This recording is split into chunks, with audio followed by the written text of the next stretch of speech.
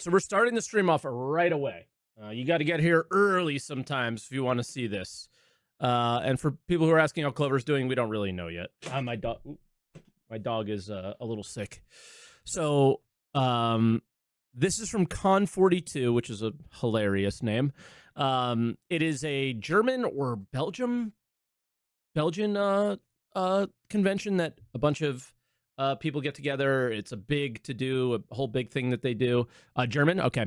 And for some reason, I thought it was in Belgium. I don't know why, but they typically get developers to go there. Again, my argument about this. Oh, Beacon is Belgian. That's right. But they get developers to go to these things, and it is pretty crazy because we can't get developers to go to the official stuff, but we can get developers to go to these things. And I will preface this with, we watched Con42 a year or two ago. I believe it was 2 years ago. One of the panels had Torsten.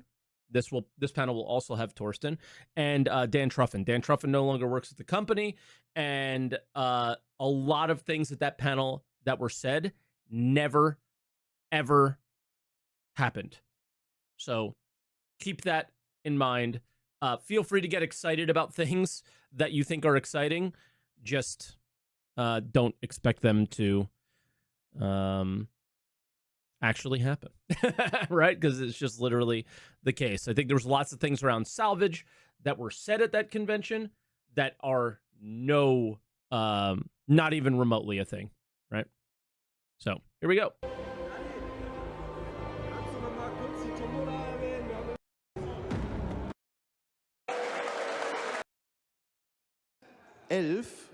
Aber bei den Gewinnern der Tombola sind. All right, so it's going to be a lot of German. Hattet ihr denn bisher Spaß? One was already here. Really excited to see somebody else tackle with it. Oh, it's Jared and Torsten. Okay.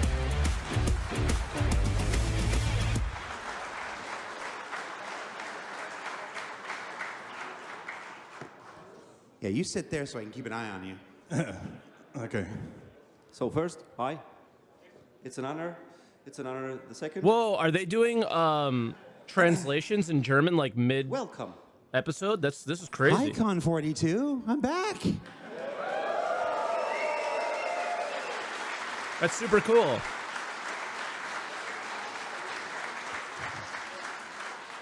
And Very with me Dad today is the Shefty of them. guru of gameplay himself, Torsten. Hi.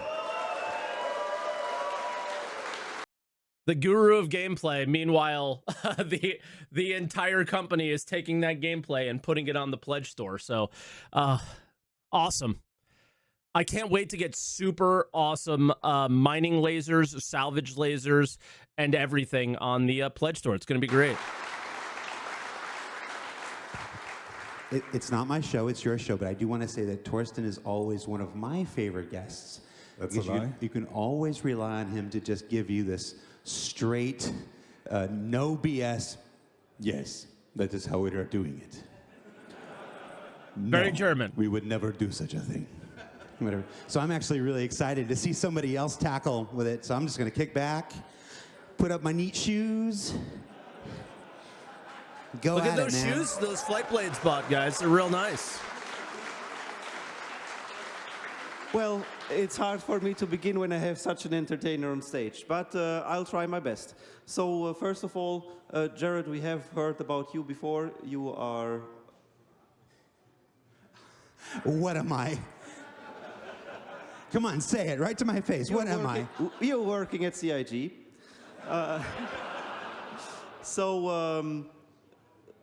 Torsten, please tell us for our audience and the live stream. Just right to What is your Torsten. job at CIG and what do you do on a daily basis? Hi, I'm Torsten. I'm a lead systems designer for CIG, and what I do is right now. How's volume? Up a little bit? Sheep herding a lot, which is like making sure that all my team is working on exactly what Up a bit? Okay. is asked of us. So pushing the features forward, making sure that no one forgets Good. what features exist in the game and that people use them correctly is right now my main job, it feels like. But yeah, that's my everyday life right now. You want to add something? I told you. So, also in this panel, like in the other panels that Great I job did pushing with features Jared and forward, also with bud. Will, I mean, I don't know how he's supposed to be able to push features forward when there is no one to make those features, right? So it's not really on Torsten if the company decided to do something entirely different. Where should I put my camera, guys? Or should we go number 1? Or should we go number 2? Your choice. It's kind of a talk. I don't know if the visuals matter as much. So number 1 or number 2? What do you think? 2? Lots of people are saying 2. Okay. I think that'll probably be better. So you can see Jared and his reactions and stuff. I Sounds good. will have some questions here, and the others might come from the audience and the live stream. That's okay also for you? Yeah, hit us with what you got, man. Okay. So just to clear that up from the beginning, are there any kind of restrictions, meaning questions that you will definitely not answer based on your work? Yes, I'll take this.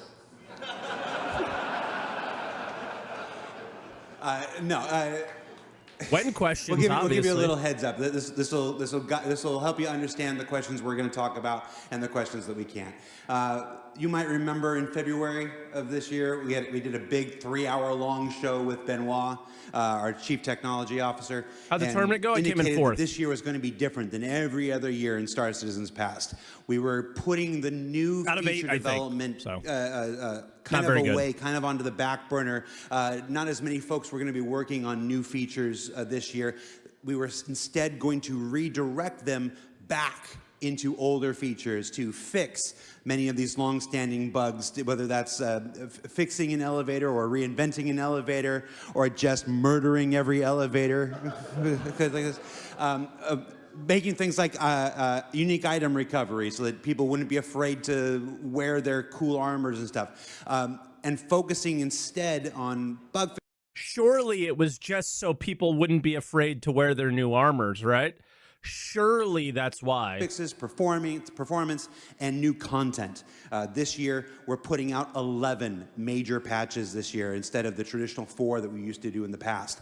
So, and each one has a whole new realm of content waiting for you. The July patch is going to be so cool, by the way. No, I'm sorry, the June patch. The July patch is okay. The June patch is really cool. That's coming up. So a lot of the questions that we can talk about today are going to be fixes to existing stuff, so mining, salvaging, medical. Torsten's the guru of engineering, so we'll take some engineering stuff.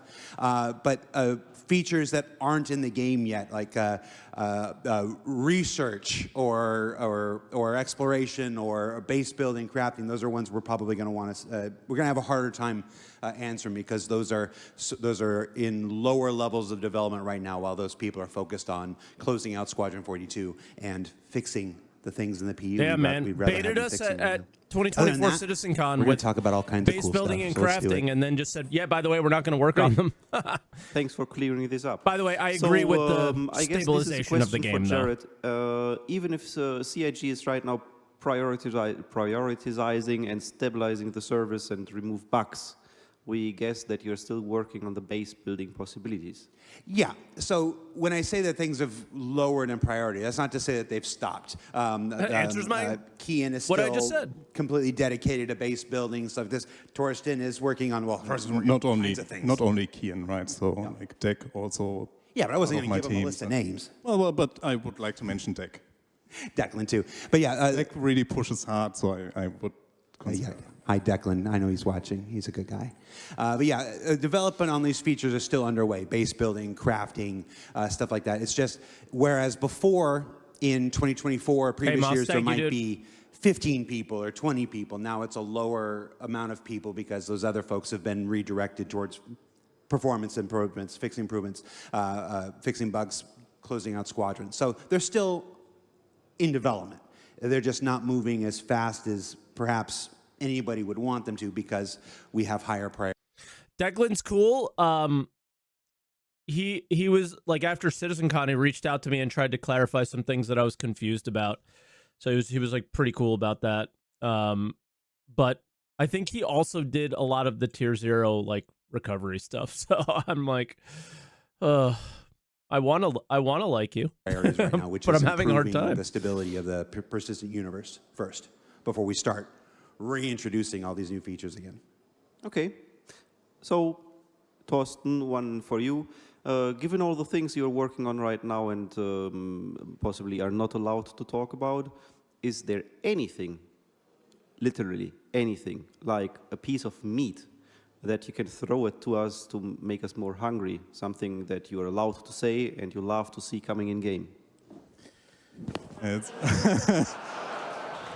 So, yeah, Jared already hinted at it. So it's engineering gameplay. So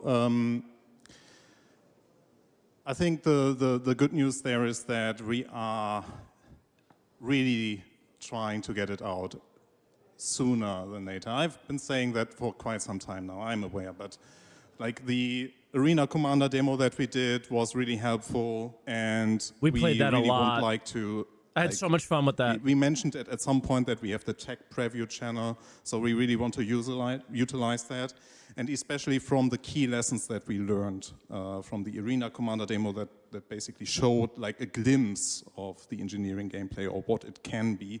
We realized, wait, we need more feedback. We need but the gameplay also needs to be in a more advanced stage than it was when we were in the Arena Commander time frame. So to be clear, the Arena Commander demo, because it's been so long and it's been removed in case people are new and don't know what happened with that. It was very, very cool. There were I think 2 modes. One that pitted you with you were on one of 2 teams. You were on the A2 team, which is like a big ship with a lot of weapons, or the Gladius team. And it was 5 Gladiuses against 1 big ship. And the goal there was to kind of take down the big ship if you were in the Gladius, or kill everybody if you were in the A2, right? With turrets and stuff like that. But at the same time, this was the first time that bullets went through a ship and damaged components. This was the only time that, well, not necessarily, because I heard some ships they forgot to remove this thing, but this was the only time that the fuses would, when they would break, the power would go down to certain sections of the ship, right? Things like that. And it was very problematic. There were so many issues, and it was not fun a lot of the time, and it was super fun other times, and but it was never fully realized at all, right? The stuff would get damaged. You would be able to heal it back to 100% with 1 click. Nobody was ever you would use RMC in a multi-tool. I don't think the big salvage weapon existed when this was out. None of that stuff, right? And a lot of it was very kind of bare bones and just thrown together. But what was truly incredible about it is there were no explosions. 0 ships explode. In what 0 ships exploded in this scenario. So what would happen was you would take a ship out, and if you wanted anything from that ship, nobody in it died. Nobody inside the ship died. You could not damage players. You could only damage components. Therefore, after the ship powered down, you had to get to the ship. So then now you had to EVA to get inside, and now it became this EVA FPS battle, and then it became an on-foot FPS battle inside the ship, and then, if you wanted to eventually, if this actually comes out in the game, you wanted to take a ship out, or take out the components, or whatever, you would have to go in there. If you want to salvage anything, if you wanted to steal their cargo, you have to do all that stuff, and then you could do it. It was quite incredible. It was some of the best experiences I've ever had in this game. And things like that, when people ask oh, you're so angry, you get so super frustrated about this game and stuff. That is why I'm still here, is moments like that still exist. And that was pure, unadulterated gameplay. No flight blades, no store purchases. It was straight up, you versus them. Everybody was on an equal playing field, and it was very, very cool. And it was super, super fun. Obviously, I understand nobody's going to be on an equal playing field in an MMO, right? Like everybody starts at different times and so on and so forth. But I'm just saying that this was incredibly good. And up until recently, like before more things came on the store and stuff, even though there were ship sales, I thought this game had a really, really good chance because of stuff like that. And now I don't know how I feel about it, but I just want to point out that's how it worked.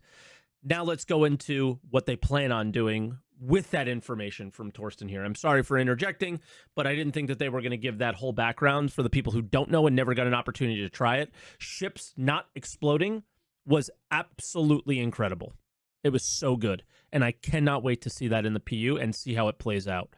Oh, absolute cinema. Now we are really pushing hard, and like everyone in my team is right now, or the people that are actually supposed to work on that in my team, they are really pushing hard that we hit a certain deadline that we set ourselves, that is like sooner than later. So the earliest we can actually, like, don't ask me when I would like to have it, because that would be When tomorrow. would you like to have it? I would like to have it out tomorrow, but that is a very, very, very optimistic wish from my side. But no, so like we really want to utilize the tech preview channel there, and right now we are really doing the best we can to put it there. And what I can already say is that the gameplay or the engineering gameplay there will not be the complete engineering gameplay. It will be another snippet of it. But it will be way more advanced than what you saw in the Arena Commander. Out of everything there, I hope for one thing and one thing only. Not one thing only, but I'm the thing that I am most keen to see is armor. You remember from the video, the ISC that Jared did with him? That engineering gameplay will unlock the armor thing, and then it's, you know, certain weapon types versus shields, certain weapon types versus armor, and then you get to the hull. That is something I just am dying to see how that plays out in the game. And like it's much less about, oh, fire, or does my, does this thing, does my shields explode and my power plant goes critical and all this other bullshit. Nope. Armor. That's the thing I'm dying to see. And yeah, what you will also be able to do, so it will not only be Arena Commander, but it will also be like the PU. So we will be the first time experiencing... They mention armor later? Awesome, I'll keep an ear out. First segment of the engineering gameplay in the PU, which I am really looking forward to get in all of your hands. And fire. Yeah, true. I'm excited to see fires just breaking out all throughout an Idris and whatnot. People trying to run through and putting the fires out and stuff. That's actually a spoiler, isn't it? I think there's going to be lots of fires on Spectrum once fires come in, to be honest. What? The Idris is out. Everybody knows that right now, right? No, I mean that the first release will be with fire. No, we did like 6 shows on this thing. I've been talking about engineering for years and years. I'm waiting on you. Let's get it out there. Yeah, well, it also will have fire and fire extinguishers, so that it will be the first time that so you fire's going to be there. Be All right. Be a firefighter in the game. I've literally done like 3 shows dedicated just to fire. They know about fire. You know about fire. Yeah, but they didn't know that it was coming in that release, is what Torsten's saying. I will just go down there because you two are the main attraction, and I'm just disturbing the picture here. Pardon me? Oh, yeah, this guy always walks around with his iPad. I love this guy, man. It's been a pretty good convention, hasn't it? This is impressive. I've really been impressed with the convention so far, especially with the production value. I went back and toured with the team back there. They got some good folks back there and some good hardware. This is really nice. I'm happy to see what I like. This is all done by backers, dude. This is crazy, like ridiculous. see here.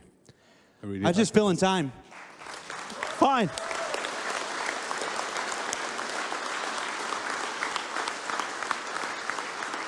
Do you think you will have to have a handheld dang, fire my words are in extinguisher on your German. ship? Yeah. Yeah. They have We them there translated already. it. Even if you're speaking quite fast, it will be written there. Not in time, but it will be. So this next question is for Thorsten and Jared. What is the most fascinating experience that you have seen become reality for Star Citizen? Yeah, you can start with that one, Thorsten. I actually, we got some questions beforehand, right? And I was thinking hard about that one, what I actually want to talk about there. But, so, it is a niche feature, and it was my first feature that I worked on, and that is refueling. And because it opens up so many possibilities that... How sad he must be at the state of the game. Not only is it a niche feature, it is literally the best UI design they've ever done. Ever done. It's so good. We were hoping for, like, we always advertise it like, yeah, once Pyro comes in, like, refueling will come very important. And we still strive for that. And it's such a key feature without it getting the recognition of being a key feature.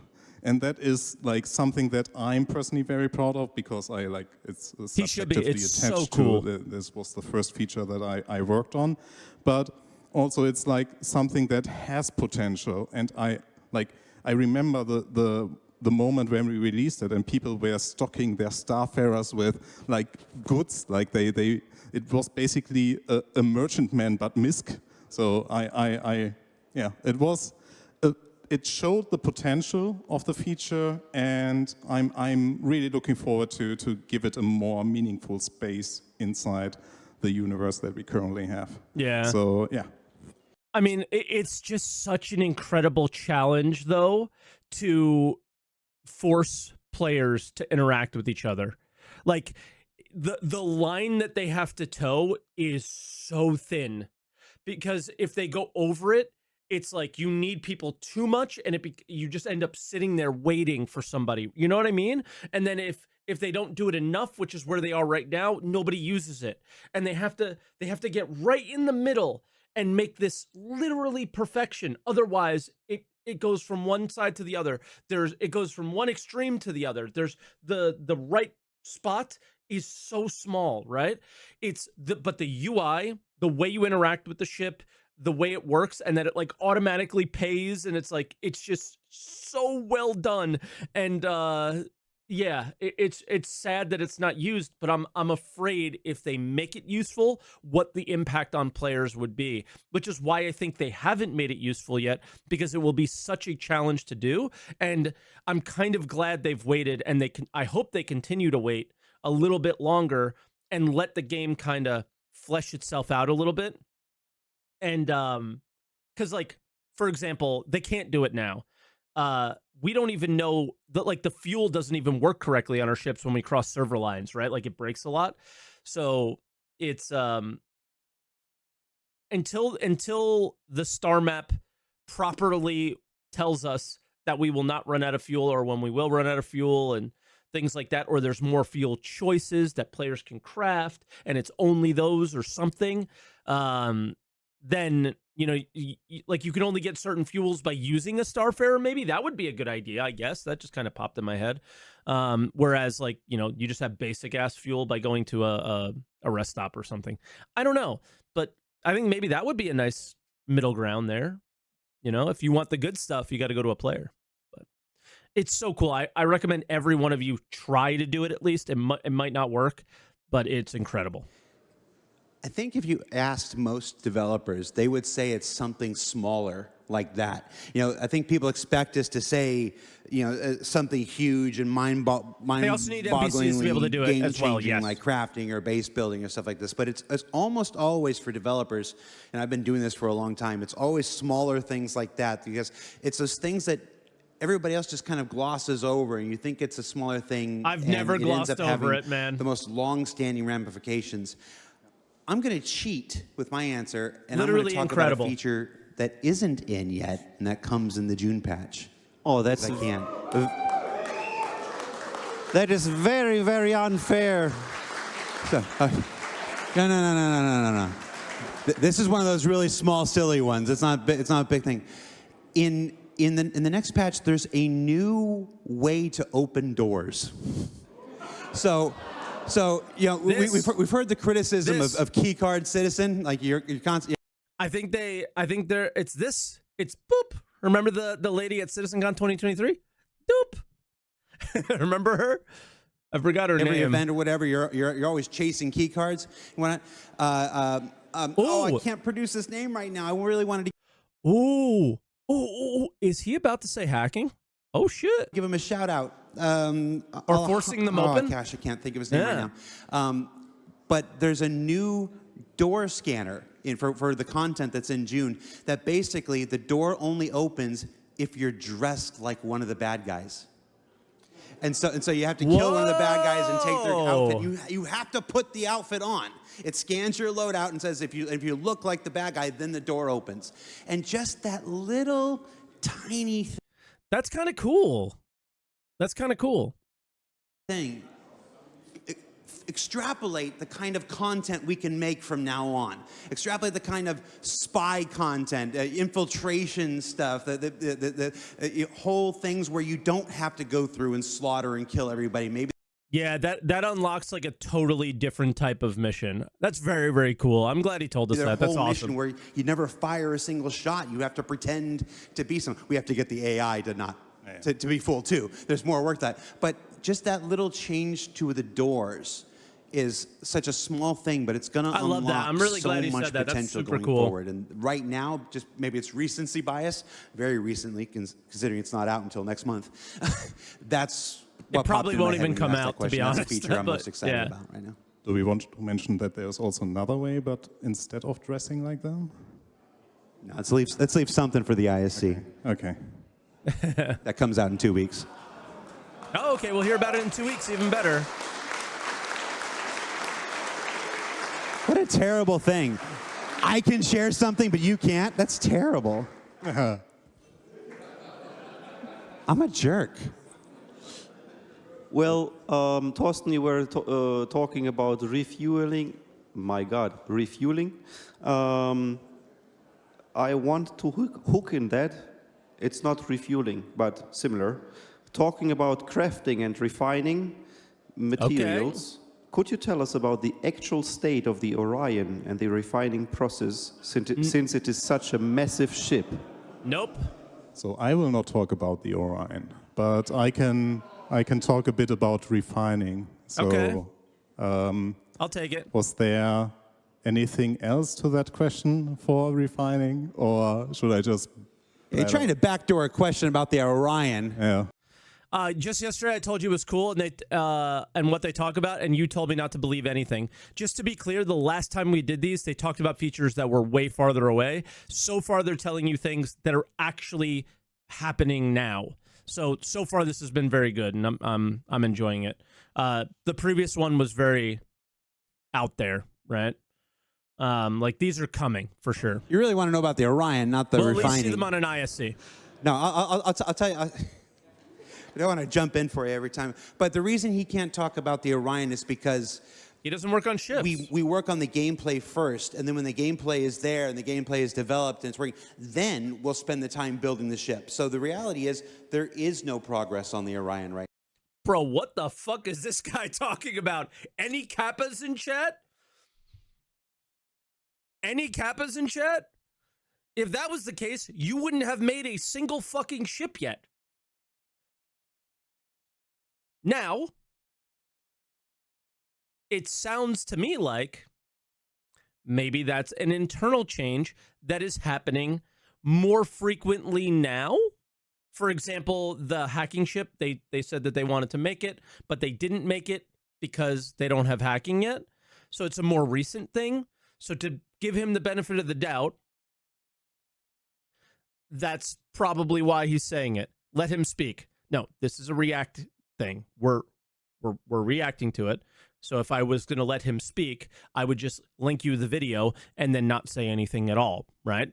So that's not how this works. That's not how this is going to work. Like telling people to stop pausing when reacting is the most stupid thing in the world. So yeah, that's crazy to hear. That's actually crazy because it's just not what's happened over the years. but hopefully it's what happens going forward more often. But again, the whole blades thing it makes all of this shit not matter, you know? Right now, the Orion is sitting, waiting for resources, waiting for a time where refining gameplay has come to the point where it can support a big, giant, crazy ship like that, and then we go, okay, so that's ready. Now we can work on the ship, because nobody wants a ship that doesn't do anything. You know, we've made those mistakes in the past. There's 200 of them. When the Starfarer was first put out, before refueling was done, and it doesn't do it. When the Reclaimer was put out, before salvage was, it's you have these ships and like it doesn't do anything. So we've learned our lessons over the course of the last 13 years, and work on the Orion won't start in earnest. Pause. Guys, name a ship that has come out in the last year or two. Let's go 2 years. That doesn't do anything. Is this a true statement or not? The hull seat? No, that is just bugged. Cutter, what's the cutter supposed to do?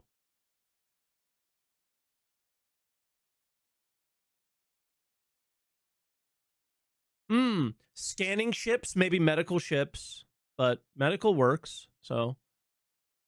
Any exploration ship, yeah. Anything that's supposed to do scanning, I'm guessing, right? But technically, to give them a little bit of the benefit of the doubt, even though they absolutely deserve none of it these days, is I believe ships that have, like, scanning capabilities do have better radars. Right? The Zeus ES, is it not a cargo ship? It's poorly done, but it's a cargo ship. You're naming the Herald. That was done in 2016. I said in the last year, not the last 10. Peregrine racing ship, it can race. Right? So Jared's correct here. Right? Jared's somewhat correct here. But a lot of the exploration ships and anything with scanning do have better scanners, technically. And they actually do have gameplay in them. So what does the Idris do? Big multi-crew ship. And what does it do? It's got giant lasers on it now, giant torpedoes, big guns. It does all the things that it should do. It's got a hangar bay that you could put stuff in. It literally does what it can do, right? Every vehicle, you know what? There you go. I see somebody mentioned ground vehicles.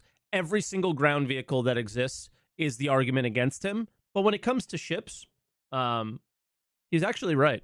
So, yeah. It feels like he's not, but he's right.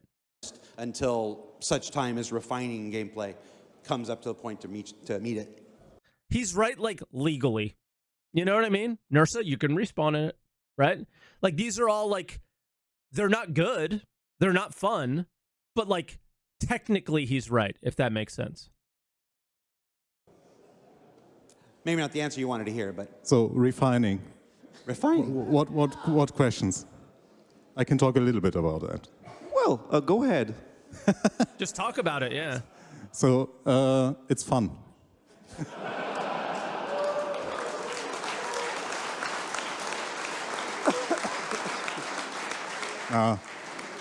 Kidding. It's very boring. Can you buy catalysts on the pledge store? Can I buy refining blueprints on the pledge store? Will any of this be on the pledge store? That's basically the first thing that's coming to my mind for everything now. And it's not to be like funny or mean or anything. It's like, dude, how much, like, that's what the Blades did. How much of the game is going to be fucked over by this stuff? No. As you all have noticed already, now that we have the mining sacks and everything associated with it work with the freight elevator, that can lead up to you having a lot of raw materials inside your station hangars, for example, or your station inventories. And that highlighted an issue that we currently have with the way that we do the refineries on the servers. So we already are actively working on it. Okay. I was hoping that it is already... I'm a bit scared now. I was hoping that we already have it in the current patch, but it didn't make the cut. So I am Wow. quite optimistic that it might make the next cut, but we did an update, for example, to the station refineries to recognize the fact that you actually have a lot of materials now in your station inventories. So it is not the end goal that we want to reach with refineries, but it's at least mitigating or recognizing that now you all have way more materials that needs to be refining. Because someone like Red Monster sent me a screenshot of 300 hours of refining time. Okay, I see what he means by a lot of material. Okay, that's not in a normal play session. Because what he means by this is, just to make it clear, in case nobody does this gameplay, and doesn't, the people who don't know this gameplay, now we know what he's talking about, Tar Raven. So I'm just going to give people who don't understand this the extra info. Previously, when you refined, it would be ship-based only. So you could only fill up 32 SCU, 48 SCU, or 96 SCU of cargo. There was moments where obviously those numbers were more, that were either bugged or unintentional, whatever, because they reverted back on it. But that was the amount of SCU that you could refine. So they balanced all the gameplay around those numbers. So it would be like, all right, I have a prospector that would usually take about 24 hours to refine. Then if I filled an entire mole, it would take 36 to 48 hours to refine. And so it'd be like, all right, I come back in a couple of days and I'll deal with it.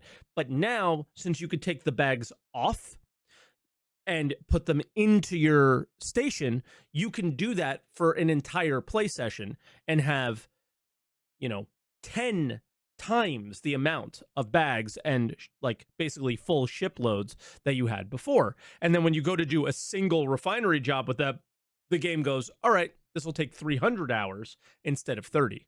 Right? So it just adds that extra 0 there, and it's not a very good experience. So that's what he was talking about. I wasn't sure what he was referencing at first, but now I know. Ghost, thank you very much. I appreciate it. Achievable. So let's fix that. And as you all might have, or if you all were at the CitizenCon, and we talked a lot about the ambitions that we have, or the goals that we want to achieve with crafting. And refining is a crafting process, or we treat it as a crafting process. That also means we treat it as a true profession. That means that all the other rules will apply to that. And it also has to fit then in the future of materials that come, or the changes that will come with crafting. So it has to support quality of materials. It has to support the blueprints. It has to support the vehicles that we have with that. It also has to support the bases that we have. It also has to support the stations that we have. So there is a lot to come with refineries, and luckily for us, we already have a plan, but as Jared already said, this year we have a different type of momentum. Yeah, so it's nothing like that is going to happen this year, most likely. But he does sound like he's going to do an update for what we have now. So it'll be a very minor update, but it'll be a good quality of life kind of experience from based off the changes that they made. Okay, cool. Nothing to get overly excited about, but we're not getting, base building crafting in the next patch, but we're going to get some nice quality of life. That's good. Development of features Continued quality of life. Yeah. So basically, if you wanted to put it in kind of an order of operations, as crafting comes online, you'll see more refining work. As base building comes online, you'll see more refining work and development. And then it's after crafting, after base building, as refining continue to develop beyond that, that would be the time we would kind of make an assessment. And now is refining far enough along that we can start released working a year on away, like the Orion. And that's where that kind of decision would be made. Who knows? Thank you for your answer. One more for Thorsten. Do you think that it will be possible in the future to repair the hull of your ship by yourself, like you have a storage with metal plates, a welding tool, and you fly to your hull to fix it until you reach a repair shop? We can So do we that already now. have hull repair in the game. So Yeah. it is the second function of salvage, right? So you basically print the hull on that, and this is what we will have for the longer future.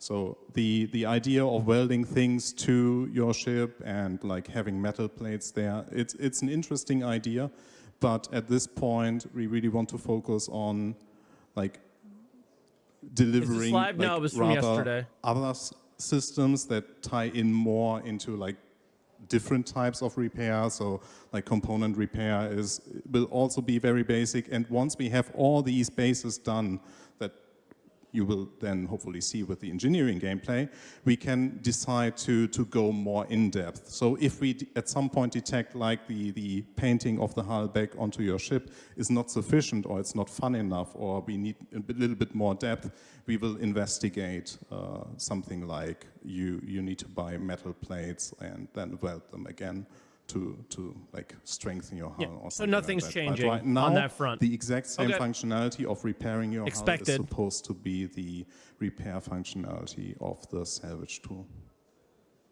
Cool. Well, The only thing that probably should change with that is, would it be hull and armor? Would it just be hull in the future when armor is a thing? Maybe you need one material for armor and another material hull to give it a little bit, that tiny bit of extra depth. as you both know, I had many. It does many have more of more a purpose than questions, just cosmetic. but It's not just given cosmetic the, now. Time, Do them. No. yeah, well, To be clear, it literally heals the percentage of your hull. When you get all of the parts that are broken, it adds the HP back to your hull. In case people aren't aware. given the time, I would like to give it to the audience in the live stream, if that's okay for you both. Sure. Sure. Great. So I'll begin with the audience, and after that, I'll go to the stream. Oh, this guy's got a question. Is the Orion mining drill going to have What is I figured it out. Now, I'm surprised no Germans have asked about farming yet. But the next closest thing to farming in Star Citizen is mining. That must be what the obsession is with the Orion. Because I'm like, how the fuck is the Orion coming up again? If you've ever been to a gaming convention in Germany, the most lit booth on planet Earth is the farm sim booth. It's absolutely insane. I was blown away when I was there. When I was there, I was absolutely blown away. It's literally true. I'm not making this up. Germans are obsessed with farm sim. It's awesome. the same fate as the Reclaimer Claw in terms of Good laser question. citizen? Actually, That's one of those based. questions that's. Hold on. Cool. Literally Well, based. You ready? As you both know, I had many more questions. Cool. Let's see if we can get the. Future question to talk about. Future question. As the Reclaimer Claw. Cool. As the Reclaimer Damn, I can't Claw get it. in terms of laser citizen. Laser citizen. Let's fucking That's go. one of those What a questions base, that's base dude. so far out from needing to be decided. We don't have an answer for you right now. There's this. I'd like use to arrow use your keys. question to It's talk about Twitch. something. I don't think it that'll works. apply to everything. So it's a good question. It's the kind of question that we get a lot. There's this idea that happens a lot. I've been doing this here for over 10 years, and then I started in the industry back in 2004. I feel like I'm going to start That- yelling soon. All the decisions that are involved in making a game are done before you start. And that's frankly, it's not true. It's not even close to true. When you make all the decisions before you begin making something, that's called construction. You've built your blueprints, you've developed your engineering, and you go out and you just follow a formula the entire time. It's not game construction, it's game development. We are constantly deciding things as we go. We hire new people. You weren't there in 2012. When did you start? Good question. I think it's 4 years ago now. Okay, so Torsten only joined 4 years ago. And imagine if we had had every single answer figured out. Imagine if we had had every single decision made, and Torsten comes and joins a company. Bro, you're not wrong. Like, he's not wrong, but it's so just, like, obvious that they have no direction at all. Like,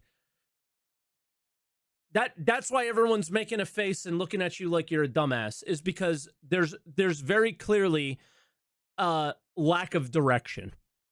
And the goalposts move every fucking year, my man. Like, but not a small amount. Like, an incredible amount. Like, you were literally making one game and decided to make an entirely different game, like, 3 different times in the last 10 years. You know what I mean? He wants to make a game, and he has no decisions to make. He has no inspiration to bring, no agency to provide. He just has to do what somebody figured out back in 2012. Well, that would get us some pretty boring employees. We hire people who come in with new ideas, with fresh ideas, with better ideas. That's all fine, dude. That's literally all fine. But the issue here is that backers do not actually know what Star Citizen is. If you asked 10 backers, you would get 10 different answers of what endgame would be in Star Citizen. Right? Does CIG? No. Right? And that's, in my opinion, no. And that's why we don't know. Is because it's all very vague. It's all very, we'll see. And it's part of what makes Star Citizen really cool, because they put some idea out there, you give feedback, and sometimes they change it, sometimes they don't. But it's also been a big problem. So right? We don't spend a whole lot of time figuring out something that's not going to happen until 2 years from now, 3 years from now, 4 years from now. It's not the answer a whole lot of people like to hear, but it is the truth. It's just because if you remember, for those who's been here since 2012, who's been here since the yay old days, okay, you remember those for the question that was asked, Jared's 100% right.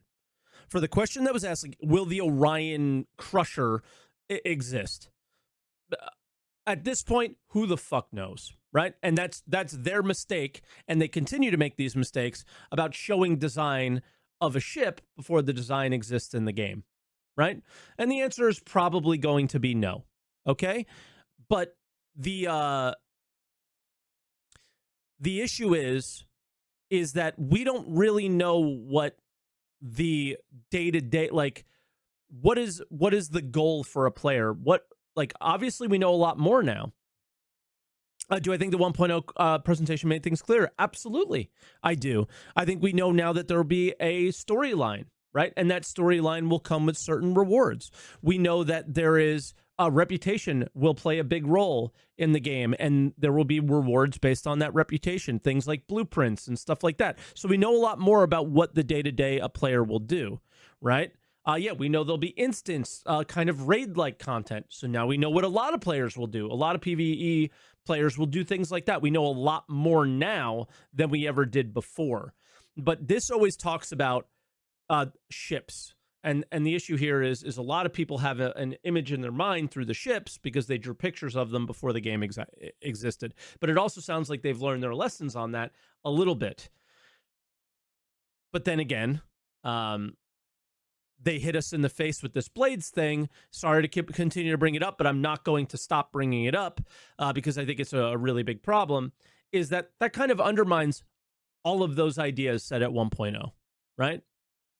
So, you know, like the gaining the rewards in game, will any of those be on the store? Will I be buying warranties for the ship that I earn in the store? Right? Things like that. Like, nobody knows now after the most recent events.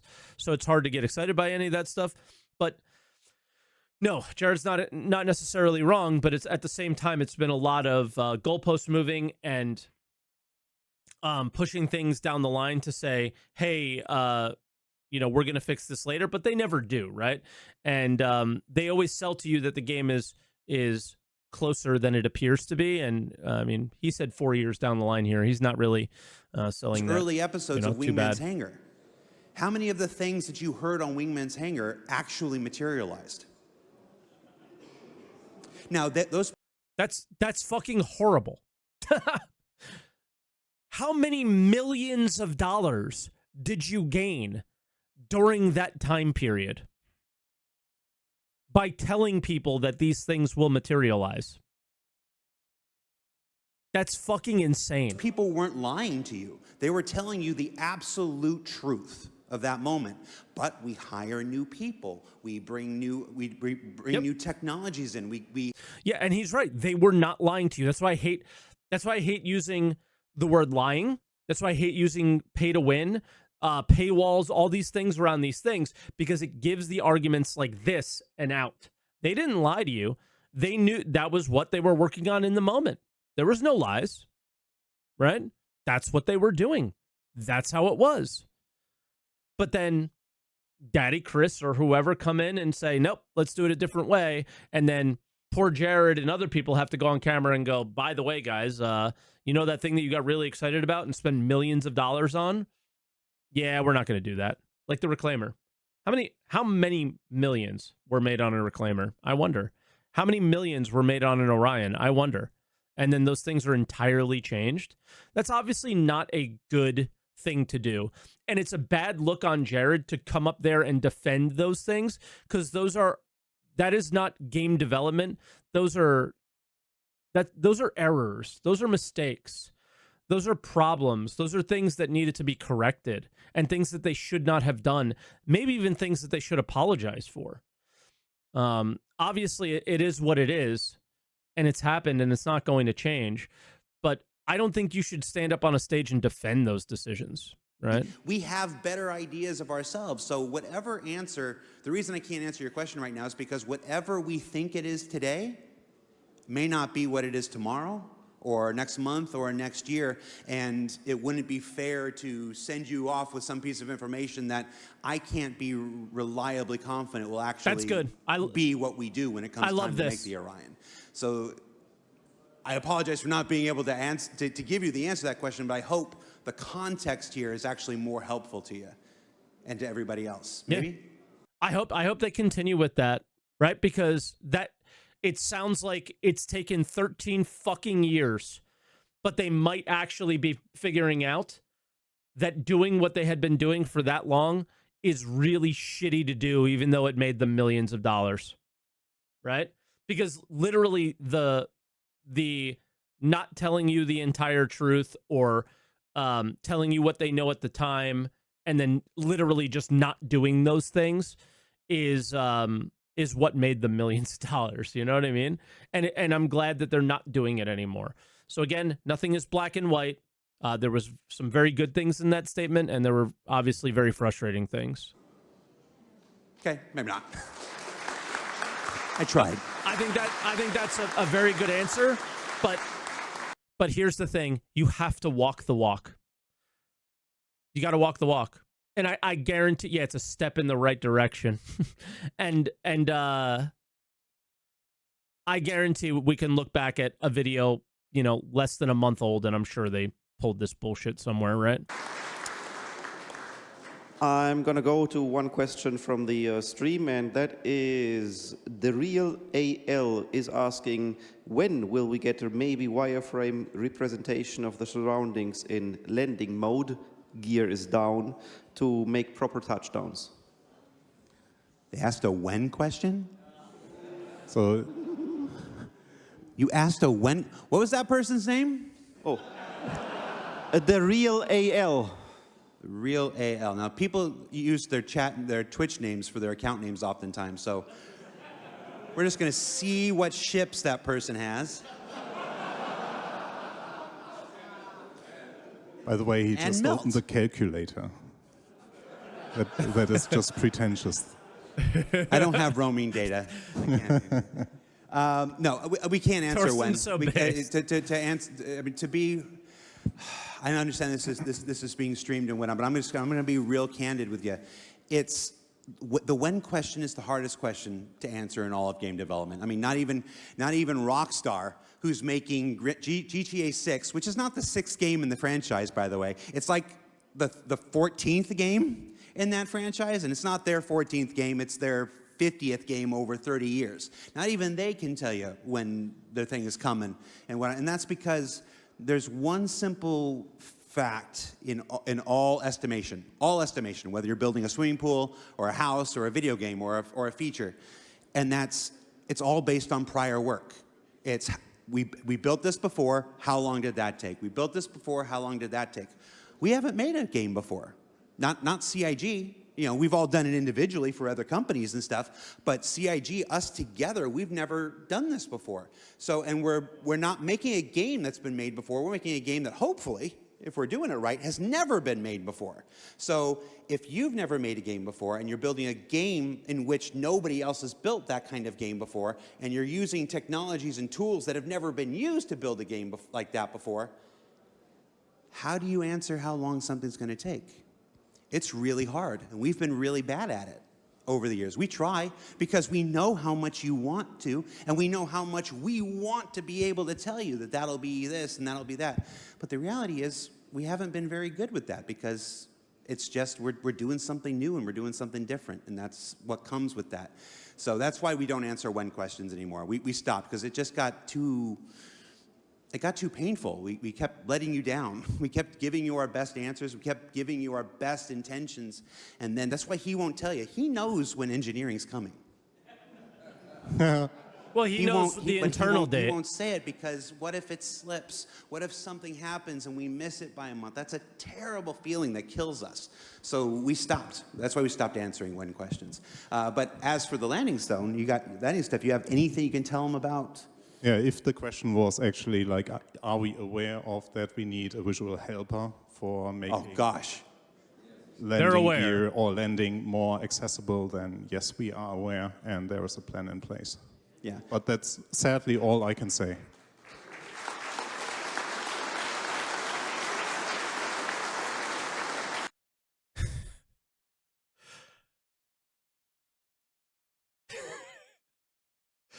I'm just laughing because that's essentially the same thing. Somebody in chat just goes, cucks. That's essentially the same thing as Xylo making a post saying, we hear your feedback, but by the way, we're just going to do the same shit that we're planning on doing anyway, and everybody clapping for it.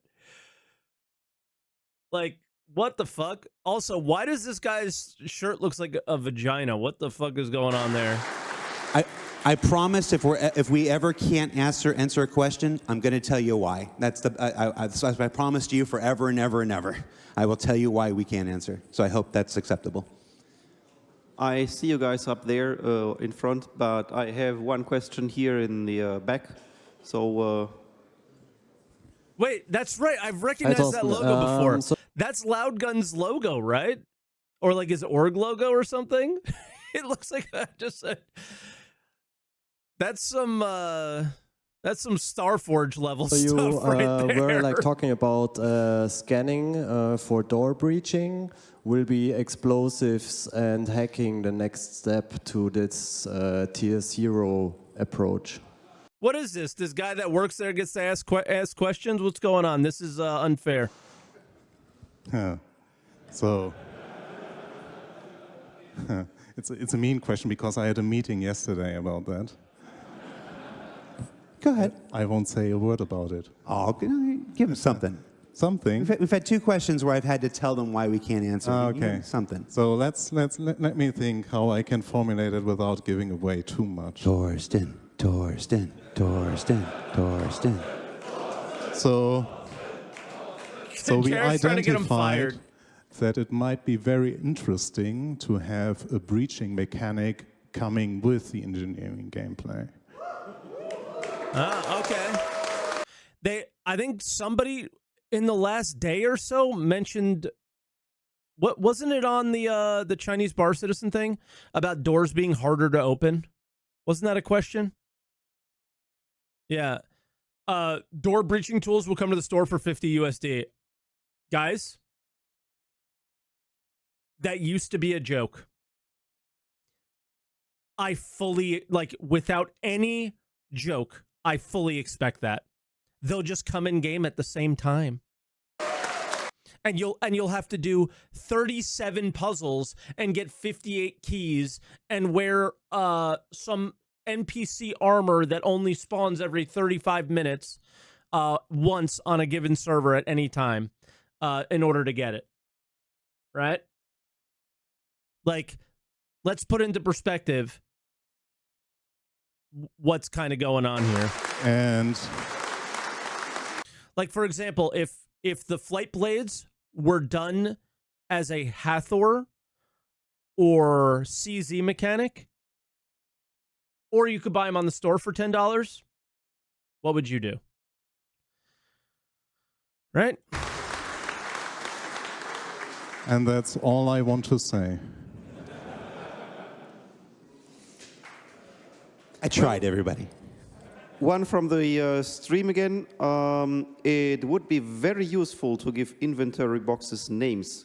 Is adding tagging boxes still planned? They've already said it is, yeah. I want that.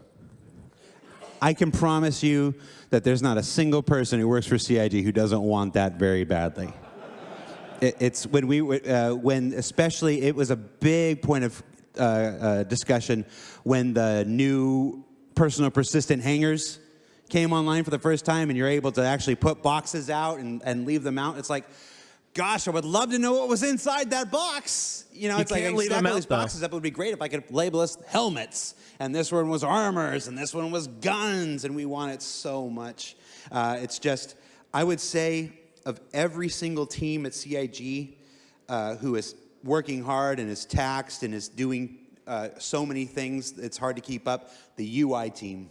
The UI team is one of the most taxed teams in all of CIG because they're one of the few teams who touch everything. So let's hire more marketing people then, yeah.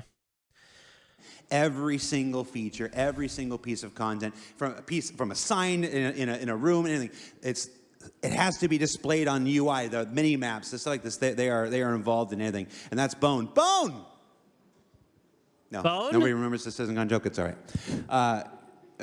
We never forgot. The best We never I can tell you forgot is that Bone. we all desperately want it. It's just a question of resources and priorities.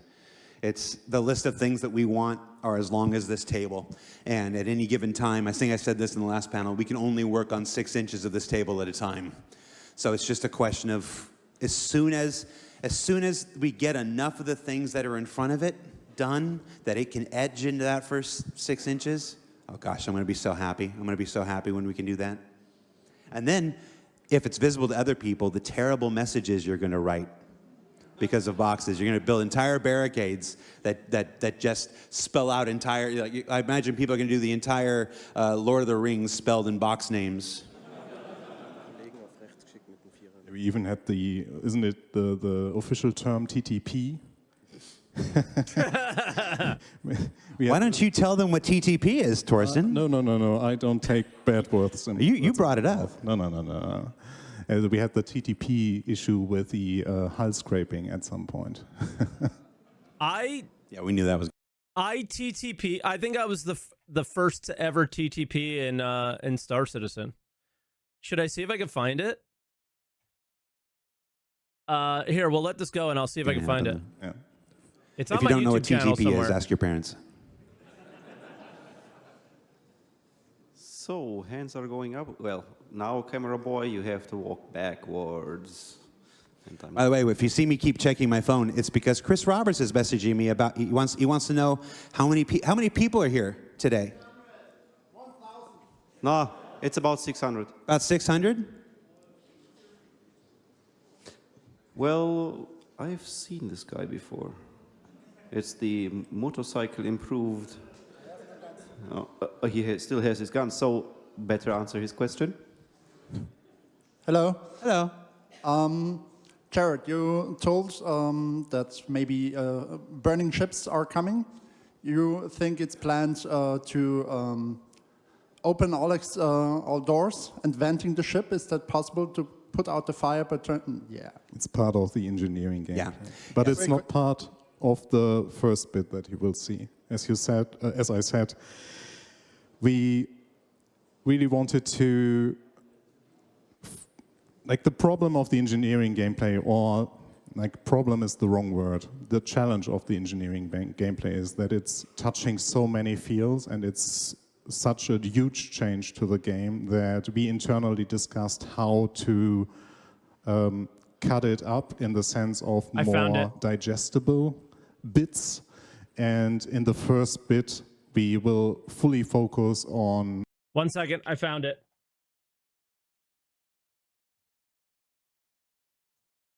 I'm just trying to mute, so I don't know what kind of music is here.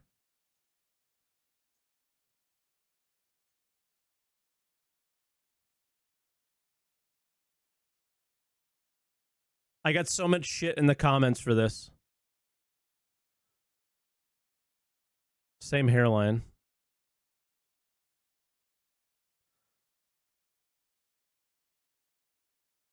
This was in 2015, I think. And you know the rest. So there you go. 2.1. 2.1. Item, also armor penetration, so bullets penetrating your ship, hitting the components, and the fire effects that will be caused by that. Whereas the life support be defined as its own big thing. So we really would like to have a full focus on that.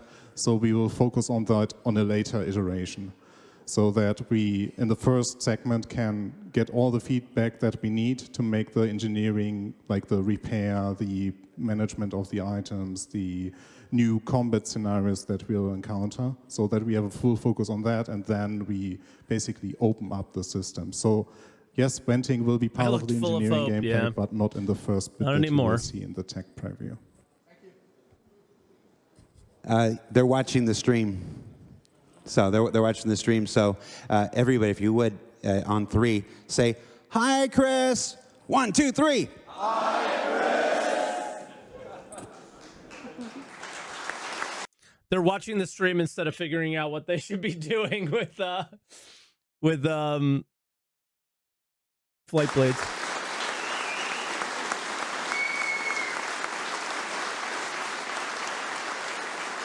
This is like, see? It's not so bad. I'm trying to find a question out of the stream, but forget it. These people spent their time here. These people spent their money. They spent their time. They drove from way over. Let them. Yeah, you go ahead. What you got? Yeah. Because you already start talking about engineering, I know it's a pretty spicy question, but Thorsten, can you please tell us what is the state of engineering, on what you are exactly working right now? The state is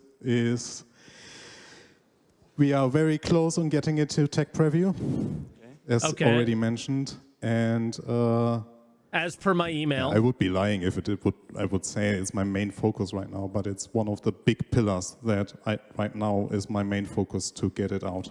So not his main focus though. Cracking the whip. I wonder what is. Did this answer your question, or was there more to it? Torsten's being very responsible. What piece of it? Let's just say that it was really close last year. You remember we were doing those ISCs, it was really close last year. And then we did this shift to what we're doing this year. And it's just gotten closer, and it's gotten closer, and... Torsten was literally like, no, it wasn't. What are you talking about? I didn't say that. Like, I wanted to.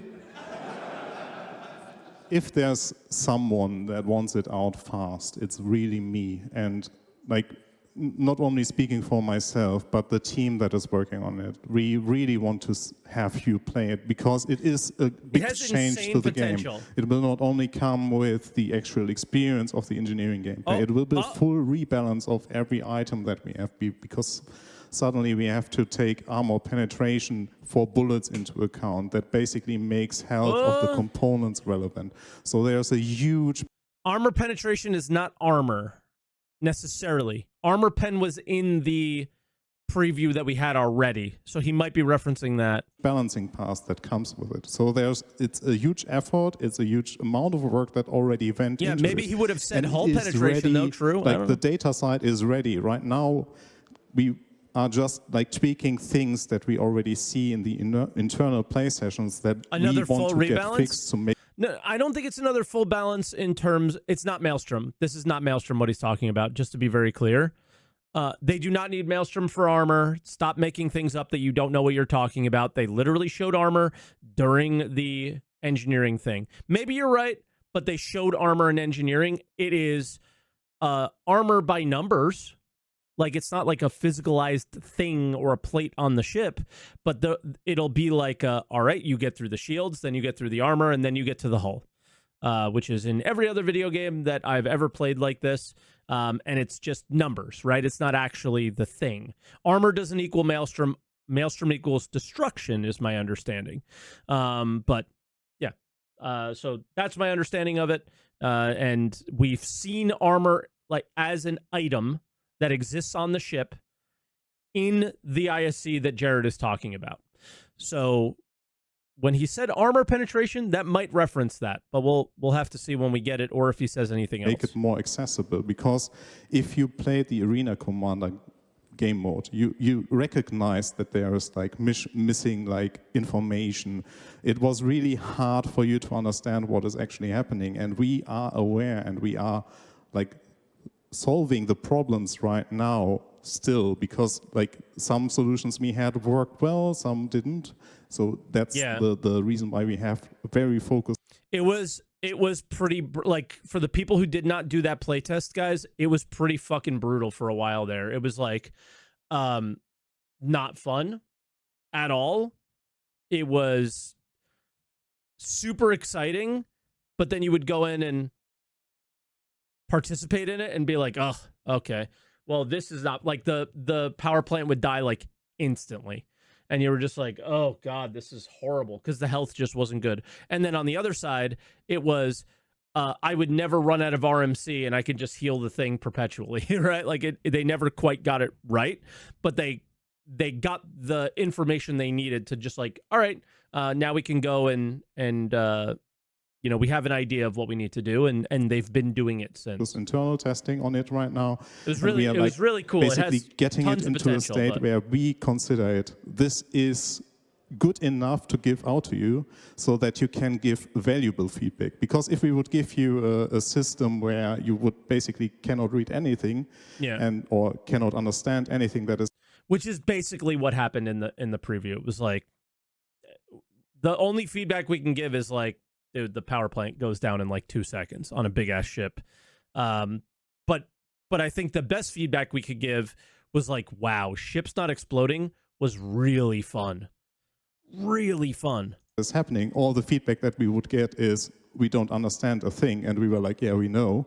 Yeah. So what we are trying to do is now we basically, like, I hate We're this like, buzzword, what do but batteries what we do? are now doing is the minimal viable product, which is basically setting the baseline so that we can make sure that the feedback that we receive from you is actually valuable to us and will bring the feature forward. So that's the reason why we actually decided even last year, no, it's not ready yet, even though we could have released it. Such a good answer by Torsten, but then like, you hear this, and then you see flight blades come in, bomb blades essentially, an Idris with a laser beam, an Idris with torpedoes, all coming into a patch without being tested whatsoever. Zero feedback on them. And then they come in, nearly all of them broken. Words versus reality is the tough thing to deal with this company. Now, if there's anybody I trust at this company, it's this man with the microphone here. Literally no one else but him. Not true, but almost no one else but him. So I know to him, his words are true. But as a company overall, that has not been the case. Right? How does the Polaris mission get so bad? How do, like, it's because the stuff that's given to us is not in a state where you can even give feedback on it. It's just literally broken. Right? So engineering has to come in not broken, based on what he's saying. Do we think that's going to happen? I certainly hope not. We said, no, we need some more time to like just do a little bit more and a little bit more. Yeah, Zach seems cool. Thankfully, now we have the tech preview because we can also start with the premise of, yeah, the UI looks like drawn by a 5-year-old because it us designer did it, but we can. It is fine because it's not a proper release, so it does not have to match the art standards that we have. So you will see programmer art, you will see designer art, and it's fine because it is under the umbrella of the tech preview. So it's a huge benefit for us to have that. Not only that, we can deliver features that are visually not that appealing as the others, but we get the feedback that we need from you. I would love if they did a poll. Does anybody care if you put designer art in the live build, except for Chris Roberts? You know what I mean? Like, would anyone care? I don't think anybody would. Like, if that just went in and wasn't in a tech preview, just from a designer art standpoint, nobody would care. Seemingly except for Chris Roberts. I cannot emphasize that enough. Yeah. I would literally fly a square ship that only had the stats. That's it. I wouldn't need any art. I would literally fly a Borg cube if that was gray. Like, I just wouldn't care if it had the stats and felt a certain way. It is a huge change to the game, and we really need the feedback.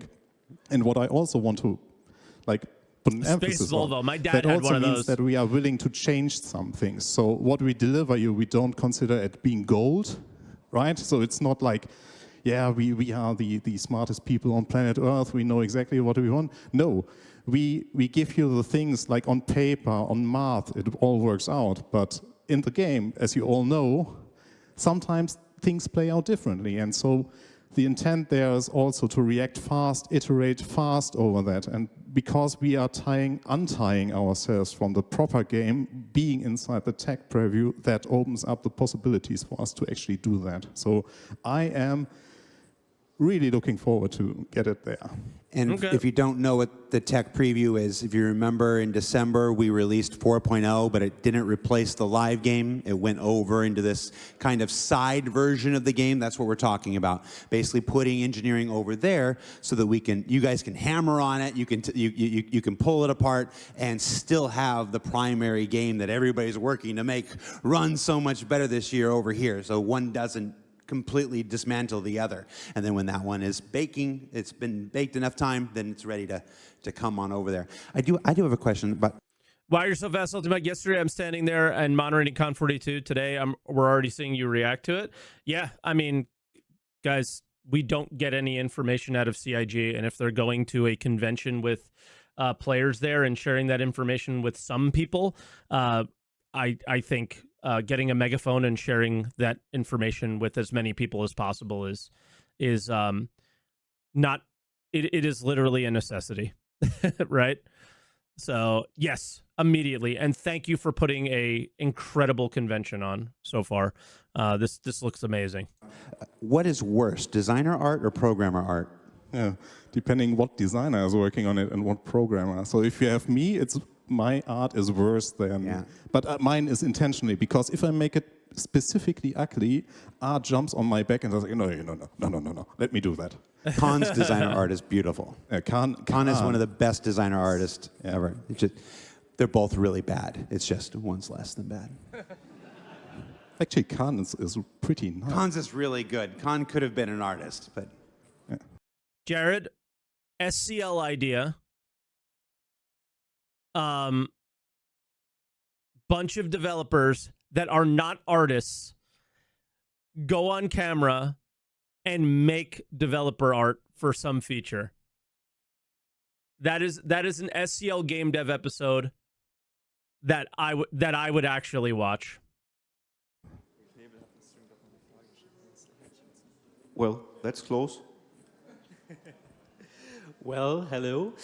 With now 2 capital ships in the game and engineering on the line, are there still plans for downtimes or timers when I swap my capital or components or weapons? Please, not in the alpha. What timers? Yeah, like you mean like when you stow the ship, a timer before you bring it back out again, or?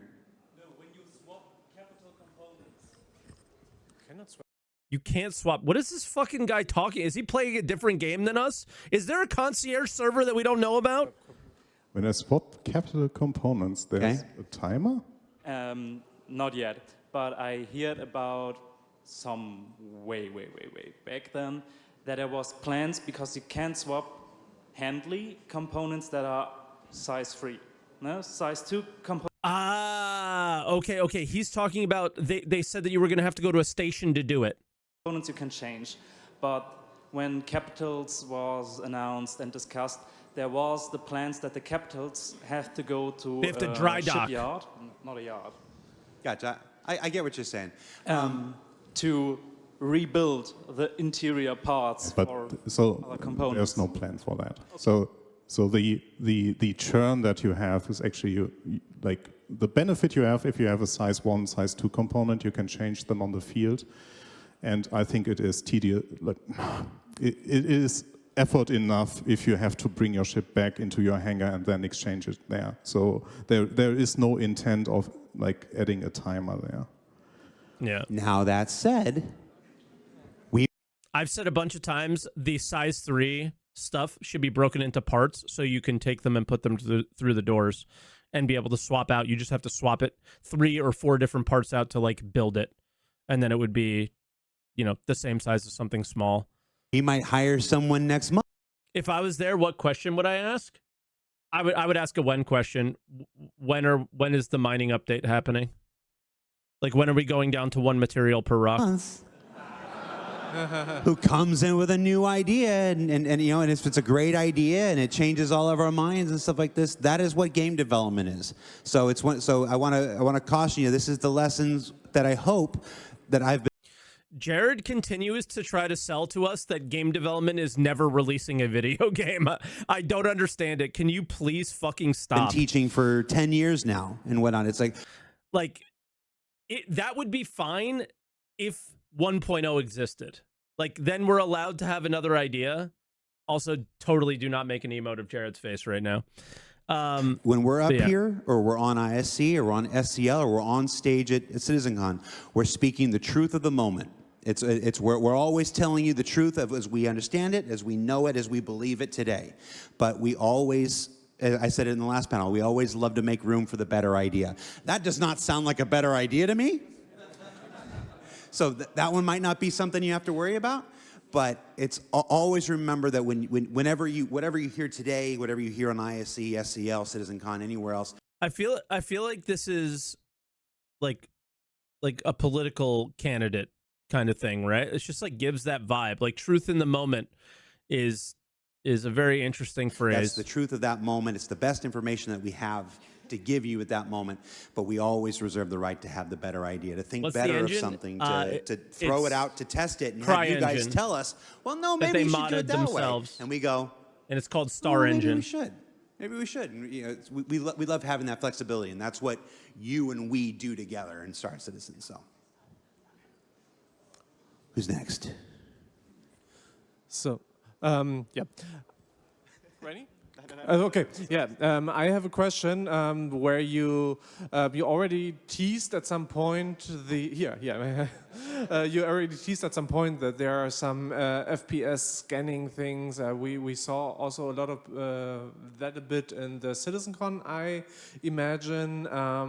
I think you already did the first thing with the Hathor helmet coming in, doing some FPS improvement. When there will be more about that, I'm really eager to see when we have more in the FPS realms, especially in the PvP. So I'm going to let Torsten answer this. There was a question in the last panel about whether a feature, you ever put a feature out and then there's a bug and people think the bug is the feature and whatnot. Oh, yeah. Yeah, that's one of them. Interestingly, it's the same as engineering gameplay because it adds also it will change up the entire way that the FPS combat works. So we decided that it would be a non-ideal decision to give it unfiltered into the PU. So as well as engineering gameplay, this is something that we plan to release with a tech preview so that we can gather feedback and fine-tune it. So FPS scanning, you're talking about? FPS scanning, yes. So that we fine-tune it so it doesn't break the game, right? Because it can be, if it's wrongly tweaked, be a too powerful tool, and if it is badly tweaked in the other way, it might be so useless that no one will ever use it. So for that reason, we decided this feature is also one of the things that we want to get into tech preview. FPS scanning, engineering are both tech preview things. Whatever the first version of crafting comes, that'll almost certainly be a tech preview thing there before it goes in the PU. Those are the next about three that right I'm now. aware of. There might be one I'm not aware of, but as far as the top three priorities for tech preview, it's FPS scanning. We really want to utilize the like I'm keeping repeating myself, but we really want to utilize the opportunities we gain with the tech It was preview. yesterday. Right? We learned from the jump points that having them in the tech preview, that we learned so much that we could tweak it before we moved further. And because it was in the tech preview, we were way more agile in iterating over the things in comparison to the PU. So that is a key lesson we learned there.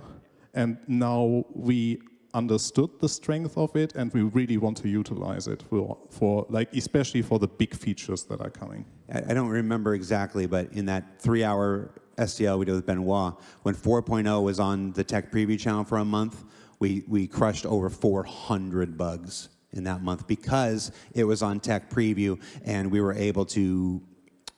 There's ways to focus in on that when you don't have the entire PU trying to operate at the same time. So we had a really nice experiment with Tech Preview in December and January of this year, and I'm excited for us to use it again. I don't know what's first. I don't know if it's FPS scanning or if it's engineer that's going to make that first, but I do.